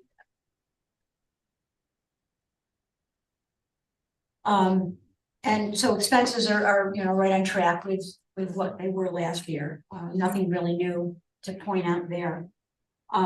So we did have our CD that was a $1.1 million CD that came due in November 6th, actually. And we earned $28,000, a little over $28,000 in interest. If you don't see it in this report yet, you'll see it next month because it's November. We reinvested it, we purchased another CD for 1.5 million. We rolled over the interest and we added a little bit more additional funds to bring it up to 1.5 million. So we now have a $1.5 million CD that will come due in May. And it's invested at 5.3%. Great. The T-bill is also coming due at the end of November, and we will likely reinvest that in another T-bill. Since rates are very comparable, they're above 5%. It's going to be pretty close to what the CD rate is. And I'm going out on a limb, and I'm going to say we're going to be likely in excess of $150,000 in interest this year. Because once we lock in those, the CD and the treasury bill, we know what the interest is gonna be, Right. as long as we don't touch those funds, which we have no intention of doing and don't need to, we've looked at our, cash flow and we know we have enough to operate. And I think the goal is to try to keep those investments somewhat equivalent to the excess in fund balance, so we can just put it aside and we don't touch it, and we know it's available for building project. Interesting, you remind me, interesting, does the finance committee work with you on that, or does that just happen at the library level?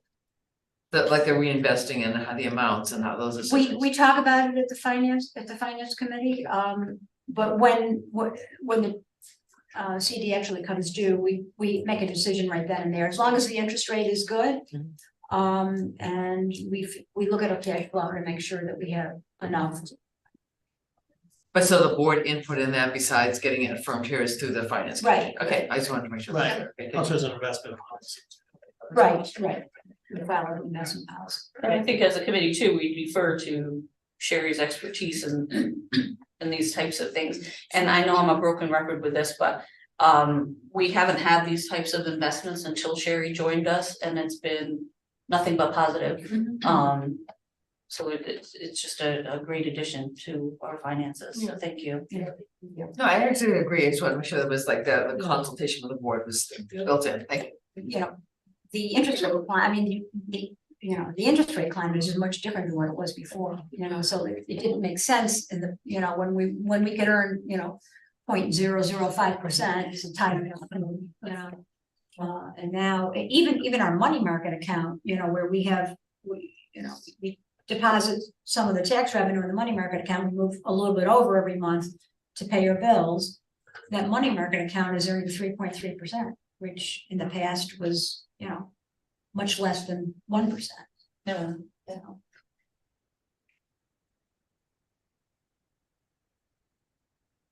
Anybody had any other questions?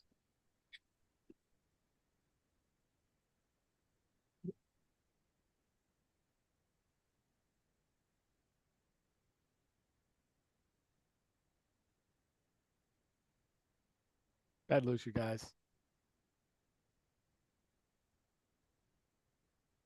Nobody's talking. Okay, good. It was so quiet. I was like, oh no, did my Wi-Fi just kick out? Very good. Any more questions for Sherry? Okay, I'm gonna need a motion on the warrants, the financial report and the treasurer's update, as well as the warrant. So move. Second. Any discussion? All in favor, please by raising your hand. Motion hearing seeing no opposition, motion is carried. Thank you. Okay, personnel. So before we get to that, Sherry, just does the board need to vote on the audit at this meeting? Oh, yes, I think we probably do. I forgot about that. Yeah, the document isn't just gonna have dates added, right? That's what there's a couple open. Yeah, they'll date it, but they'll also send me some wording, Right. changes on Okay. that, in that one section, which I can share out to everybody to make sure everybody's okay with it, and then presumably, we can just move forward from that. But, so Yeah. I think we could probably vote on this pending those changes, right? If people are comfortable with that, sure, yeah. Someone might want to make a motion on that then? To accept the auditor's report? Yeah, pending a couple little tweaks, yeah. Okay. I'll make the motion. Okay, second, I'll second it. okay, all those in favor, signify by saying yes. Okay, motion's carried. Okay, great, we're good, Thank Jeff. you. All right, Thank you. personnel, Jeff. Okay, I'm getting there. Here we go. All right, so I have a number of positions that were open. If you look above, we managed to fill some. Tracy's very happy that we've got some of these positions filled. And like a lot of things where we have internal movement, we were able to have two of our part-time circulation staff move into full-time roles when those positions were vacated. And so I'm asking for those two backfill for those two part-time clerical positions, a part-time custodial worker, and a part-time library one. I explained in my monthly report that we're losing our Friday night librarian, which is a heartbreaker, but not just because of the schedule. She's also awesome. So I'm seeking your permission to backfill those 4 positions. I'll make a motion. So, Second it. okay, discussion, questions? All in favor, signify by raise your hand. See no opposition, that one's carried. Okay. Going into the director's. Are we UHLS in it or? Well, we can do it, we can do it, we can do whatever I want, it's listed after you, actually. I'm sorry, I apologize. I don't have my copy of my That's okay. agenda here, my oversight. problem. Okay.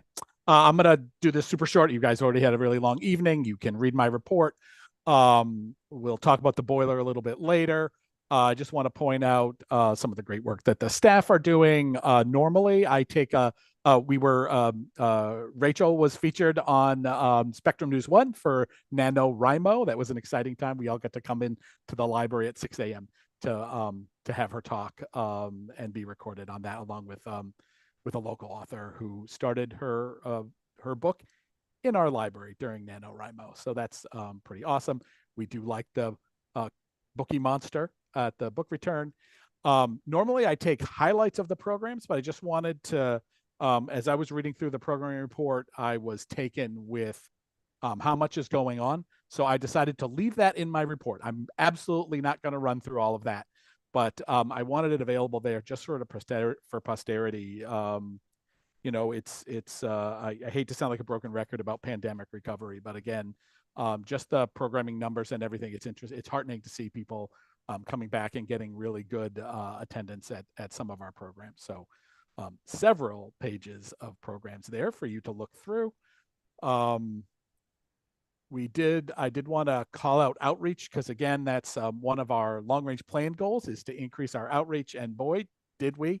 All of the Halloween Heyday, the story walk, and then the several trunk or treats, particularly the Elvamp Town Park, we had 1,800 participants, which shattered the last year's record of already 1,300, which was itself a record.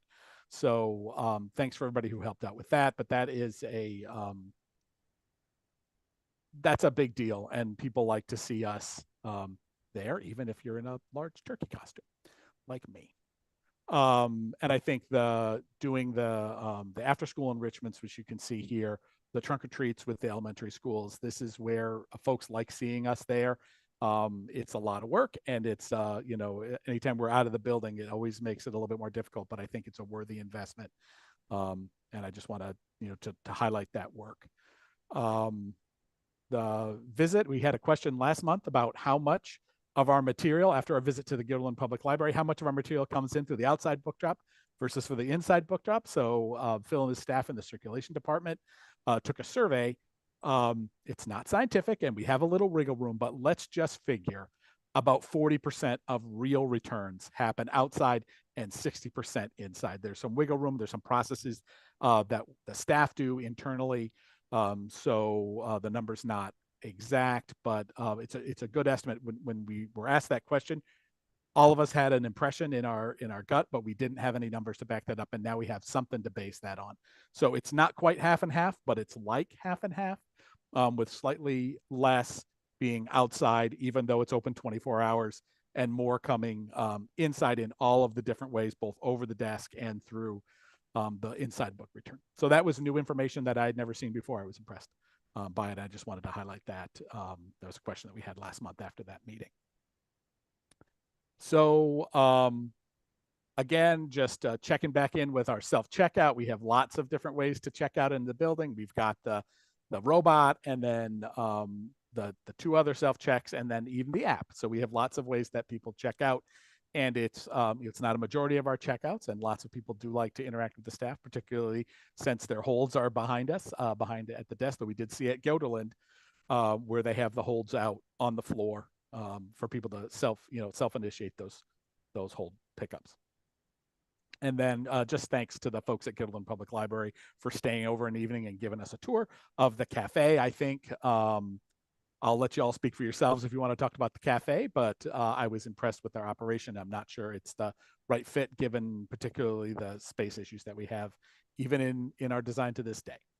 I do think we need to look heavily at RFID, especially as we're renovating the building and looking to the future. We met with the Bethlehem Historical Association, which you saw. Here's a picture of the amount of stuff that they're talking about. Last time we had a question about how much stuff are we actually talking about that are the paper records that they've got, and not this central cabinet here, and not some of these drawers, but this is about the amount of stuff that we're talking about. So when we're trying to visualize that, this was very helpful to me. That's why I took a picture, and thanks for Mark for being in there for scale. And I just that was important for me to think about.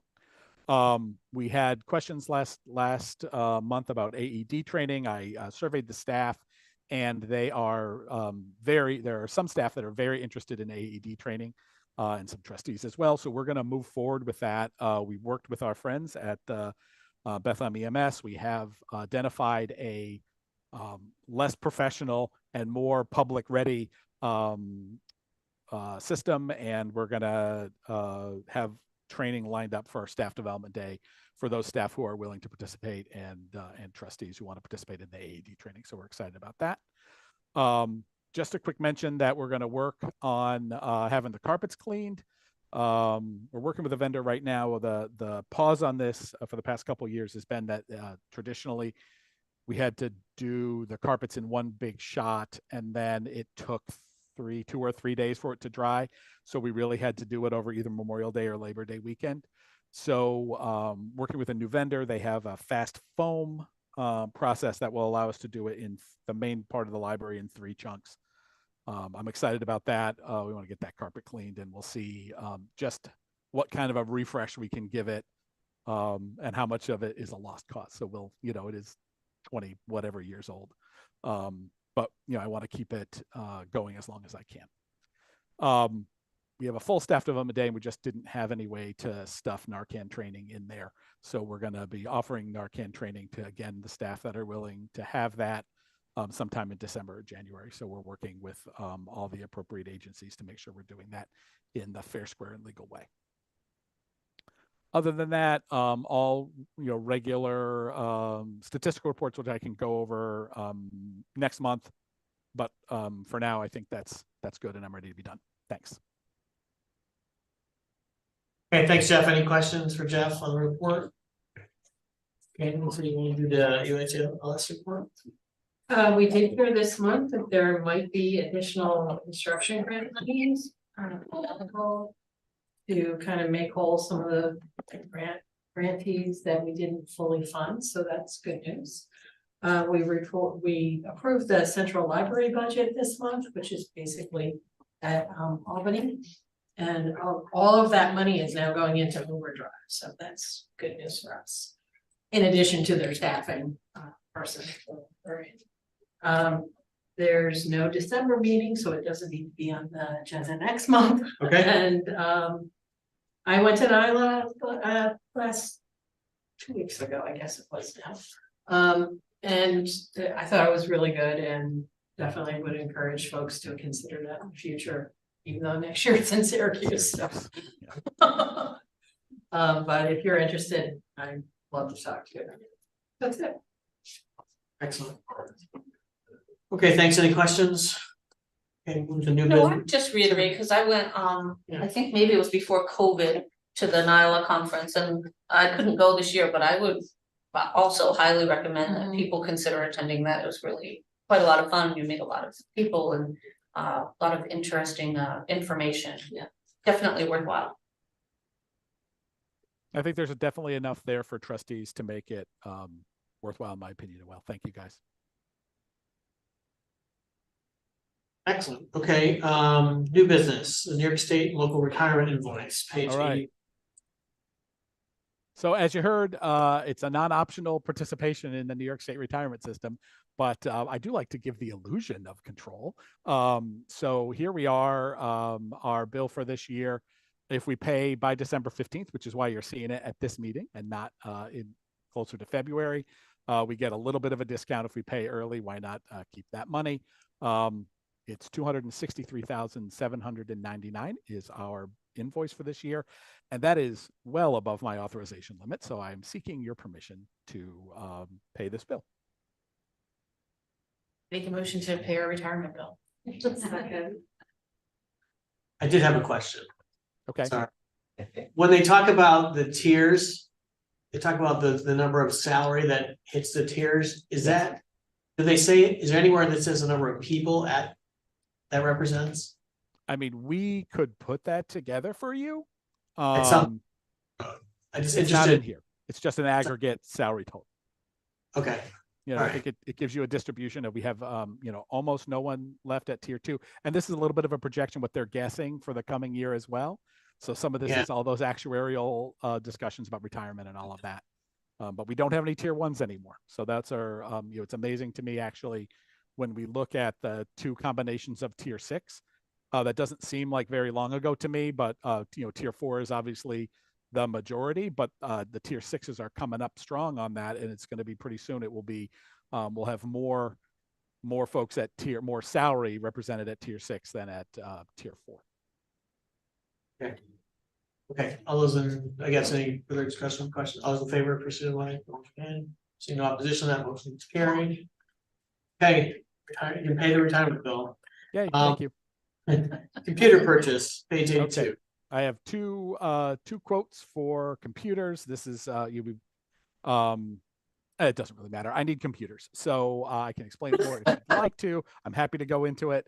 We have a lot of computers. These are computers. There's the 2 different quotes. One of these are for 5 of the laptops that we use for staff. That's this 4,873. That's our, you know, represents our contract discount, our state contract discount. And the second one, we'll roll down here, is for 8,239, and these are to replace our public PCs. We like to keep those up and fresh so that, you know, other than someone with a nice, awesome gaming rig, mostly when people come in and use our computers, they find internet and computers that are, you know, better than what they probably have at home. So So the first one is in-house, the second one is public facing. correct. And I'm sure somewhere on there is the number of computers. Do you know what those are? 10 of them for the public. These represent the sort of what we would call the 10 pack, those 10 main computers that are out for the public. And then for staff, we have gone almost completely to laptops. So there's fewer of them. These are 5 of them for 4,800, but laptops are a little bit more expensive. What happens to the old computers? Yep, we use them a lot in other places. So we have a sort of a trickle down. We have, you know, there's a computer behind the screen that you're looking at right now. There's some computers that get trickled down to that. After they're done with their usable life here, we offer them to Upper Hudson, other Upper Hudson libraries. We were for years on a 3-year replacement cycle with computers. We found that we don't have to be that quite that aggressive anymore, just because of the way that computers are working now. They are lasting a little bit longer. We're buying machines that have a little bit more longevity to them, so we're not being quite that aggressive. So we offer them to the other libraries at Upper Hudson, and the system takes them and refurbishes them and offers them out to some of our member libraries. Jim, Go ahead. how long ago was it that we replaced computers? We do this continuously. So, you know, if we look back through the minutes, there was last year we replaced computers, and you know, this is just our big batch for this year. So we're trying to, like I said, we used to be every computer in the building rolled over every 3 years. So now we're more sort of at a 4 or 4.5 year cycle. Okay. Thank you. You bet. I make a motion to approve the invoices for the 2 computer purchase. I'll second. Okay, discussion, all those in favor, signify by raising your hand. In opposition, that motion is carried. Boiler repair. Thank you. Yep. Listed under you know, non-optional repairs, the boiler has another section that is now leaking. So you remember, for those of you who were here a couple of years ago, we had to have the boiler rebuilt because there was a boiler section that sprung a leak. Well, now the one next door has sprung a leak to that as well. We sought quotes from multiple vendors, and this time Train, who is our main vendor and we are already under contract with, actually came in with the lowest price. So they have a quote for $8,000 to come in and rebuild the boiler with a new cast iron section. We did, just for fun, seek out a quote for a new boiler, which needs SED approval. And there's some other building stuff we could do it on an emergency basis if it were absolutely necessary, but it's significantly more expensive than this. But if we keep rebuilding the boiler at some point, it will cease to be significantly more expensive to replace the boiler. Where would the money come from to pay for that?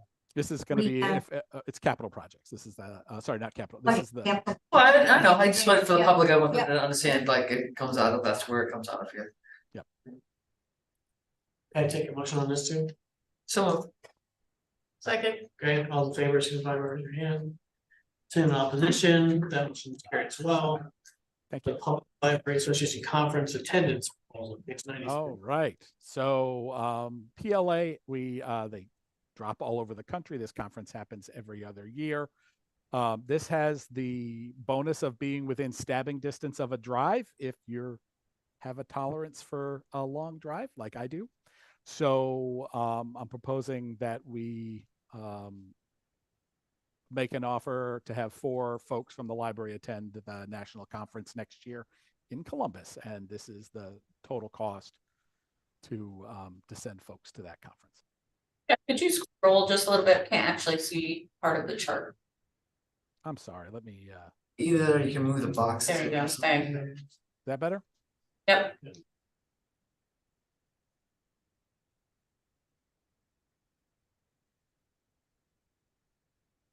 You said 4 people for 4 days? 4 people for 4, yeah, it's 4 days. 5 days, including, travel days on each end. And it's every other year? Yes, the ALA, the American Library Association Conference, happens every year. The PLA conference, which is the affiliated section of that association that focuses on public libraries, happens every other year. So sometimes they do it in Philadelphia, sometimes they've done it in Boston and Columbus, Indianapolis, when there's an opportunity to send more folks if it's within driving distance, and we'll take the van. Make a motion to approve conference proposal. Okay, second. Any discussion, questions? Okay, all in favor, please signify by raising your hand. See no opposition, that motion is carried. Thank you. Staff development. Just a quick discussion. I wanted to let everybody know, and several of you have already responded with requests to attend the AED training. I just want to extend the invitation out once more for folks to attend any or all of that day. The afternoon, the majority of the afternoon will be taken with Suzanne will be coming out from Ashley McGraw to be doing a working session with the staff in the afternoon. In the morning, we'll do AED training, and for the folks that aren't doing AED training, we'll be getting that lined up. But if you're interested in coming to lunch, that is the most important part, because I need to be able to guesstimate. Jen and I need to guesstimate how many folks are coming. So if you could let us know by the end of the week if it's your intention to come and join us for lunch. There's always a little slack if you at the last minute if someone wants to come, but generally if you know that your plan is to attend and stay for lunch, I'd appreciate it. I just want to make sure that officially that any of the trustees we officially invited. Can you say the date? Yep, it's Friday, December 1st. Last year we got cupcakes. Are we gonna do something like that again? Well, the board has traditionally bought dessert. We were joking that it oftentimes falls to the new trustee. The new trustee has. But No, I was gonna say. About you.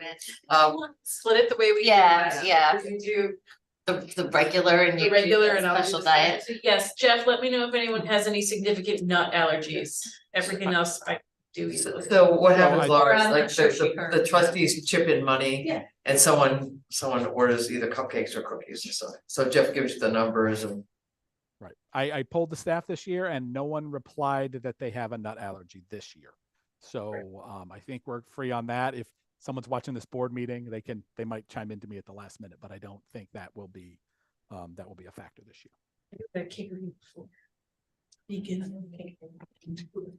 So if people do it, people have got step up to do it. Yeah, so I'm gonna do it and Oh, you're doing it? Caroline's I was gonna do joking the there, I was special. okay. Like usually it's the new trustee, so you're. Yeah, we're joking that the trustee always did it. System. Yeah. Okay, you guys Yeah, got it, no, you got it, yeah. okay. We'll nominate you for next year. And so you just let us know the total amount and we Yeah. divide it, right? Yeah. Got it, Okay. thank you. Okay, great. Anything else on staff development day? No, I think that's plenty. So Anything else? basically 9 to 3, right? So 9 to. What time, I mean, what's the? We go 9 to 5.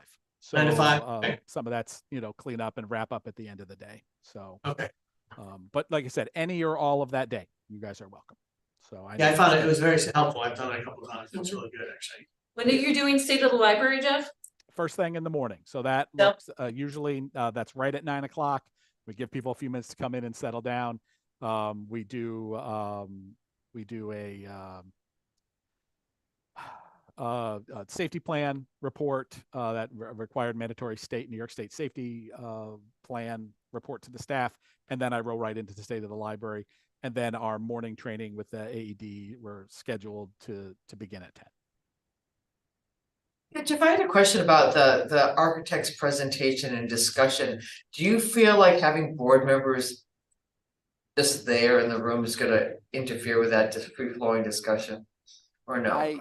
You know what? I appreciate the concern. I hear you, and I've thought that similarly about myself, even because I'm so involved in these presentations and talking directly with the architect. Sometimes I wonder if I poison the discussion. I think in the end, I fall on the answer is no. I don't think our staff are nervous to express their opinions, and I think it's the fact that it's a working session. It's a good opportunity for you to hear exactly what what the staff members are saying about the project. Thank you. So yeah. Okay, other new business, patron point. So I stuck this in here. This is a late developing thing that came out of a discussion. We were talking about the marketing plan that we have, or the PR plan that we have for the project, and how we handle our newsletters. And some conversations with Kristen. Phil was already researching this for other reasons. I just wanted to put this in here. Some library, East Greenbush has signed on with this company, Patron Point, and they provide a, if this was a commercial entity, this would be called relationship management software, but basically it would run our electronic communications as well as notifications from the library about overdues and bills, and also allow us to have a more sophisticated way to communicate electronically with the public. So there is a proposal that's based straight on the number of emails that we have for signed up library cards. We like the product. It's not that it's not without expense though. So I think we could delve into this a little bit more, but as we roll into the project and we talk about how it is that we communicate and interact with our public, and that becomes more and more important. And clearly from these PR plan meetings that we're having, it is. I wanted to put this together and get this out there. I like every software, there's a first year cost, but figure an ongoing cost for a 3-year contract of about $11,500 a year, and a first year startup cost of about $16,500.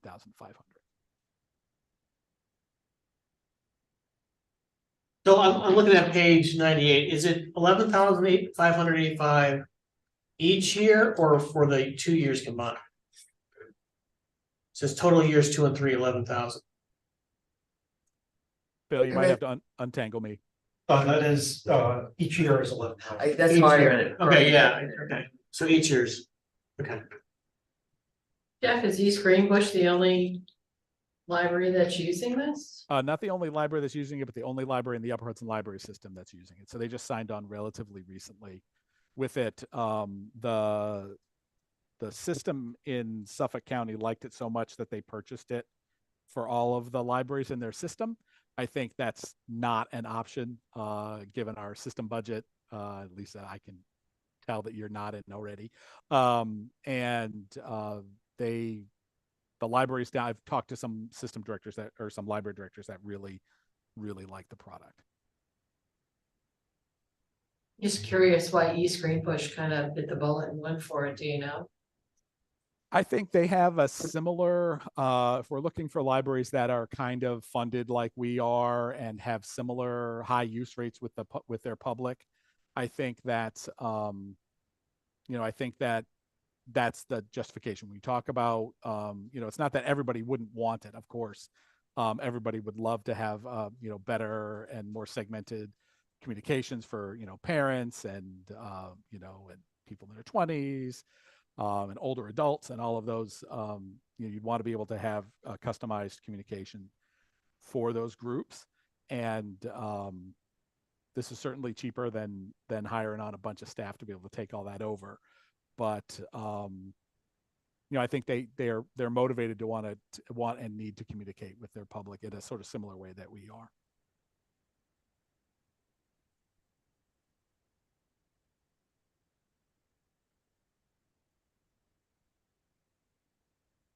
I'm not necessarily looking for an action tonight, but I wanted to put this out here. I don't think the price is going to change very much. That's going to kind of be what it is. But as we talk about marketing, and we start talking about next month, we talk about the project and all of these things. It's definitely time to talk about, we have right now one person in our PR department, and a lot is being asked of that person.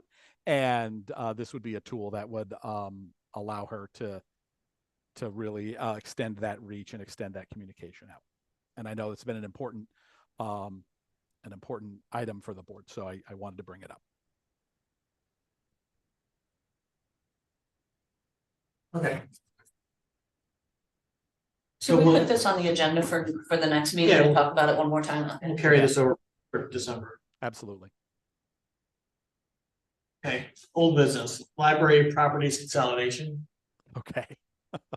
I don't think I put y'all know what the map looks like at this point. Just a quick update.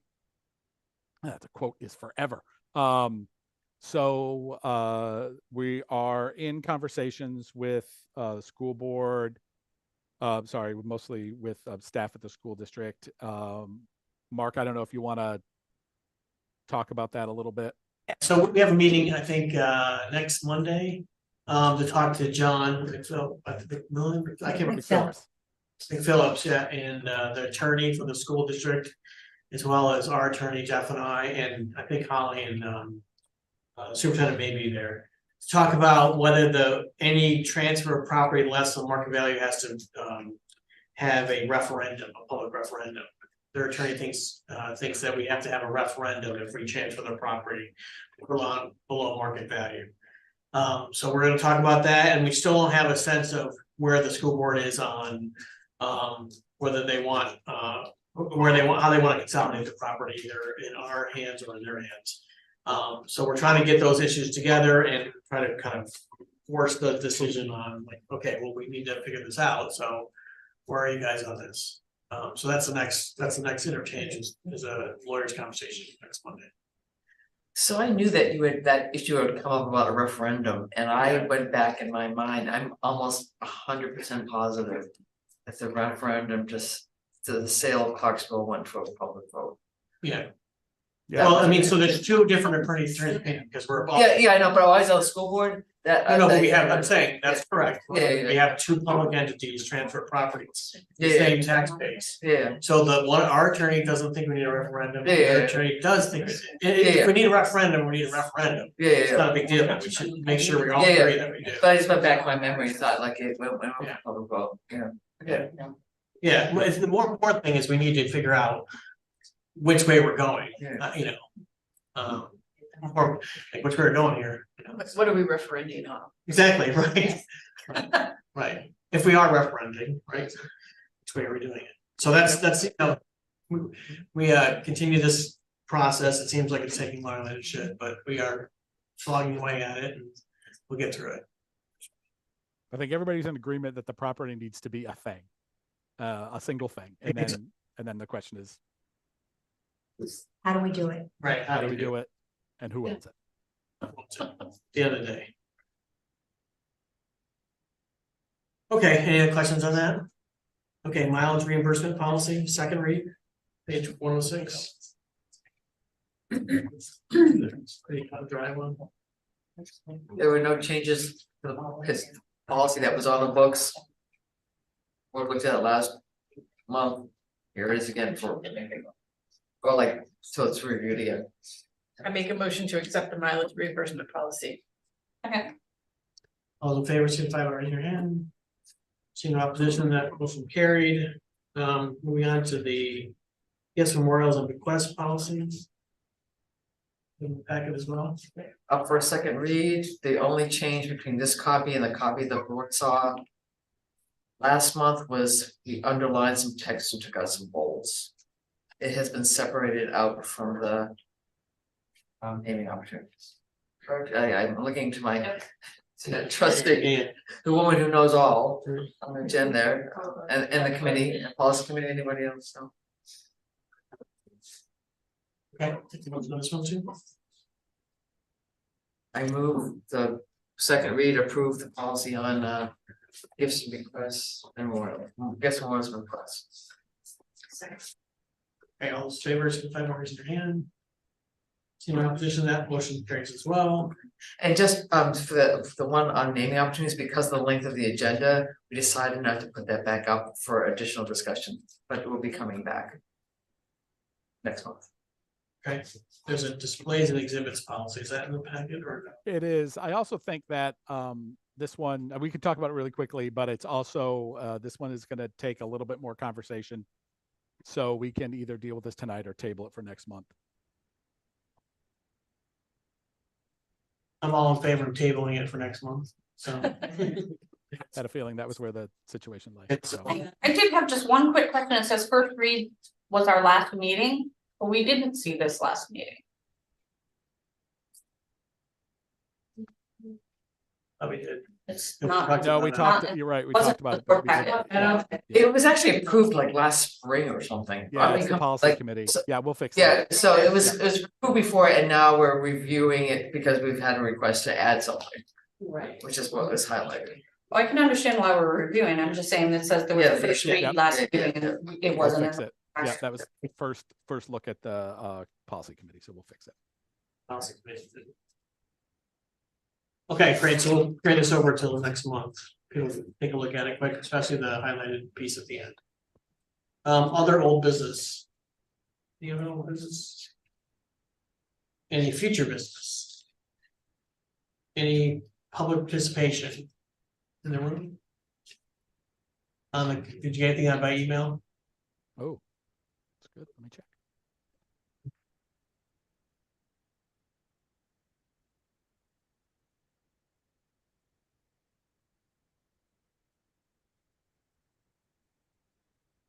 No, nothing. Okay. Okay, so we need to now turn into executive session. Make a motion to move to executive session. Second. All in favor? Okay,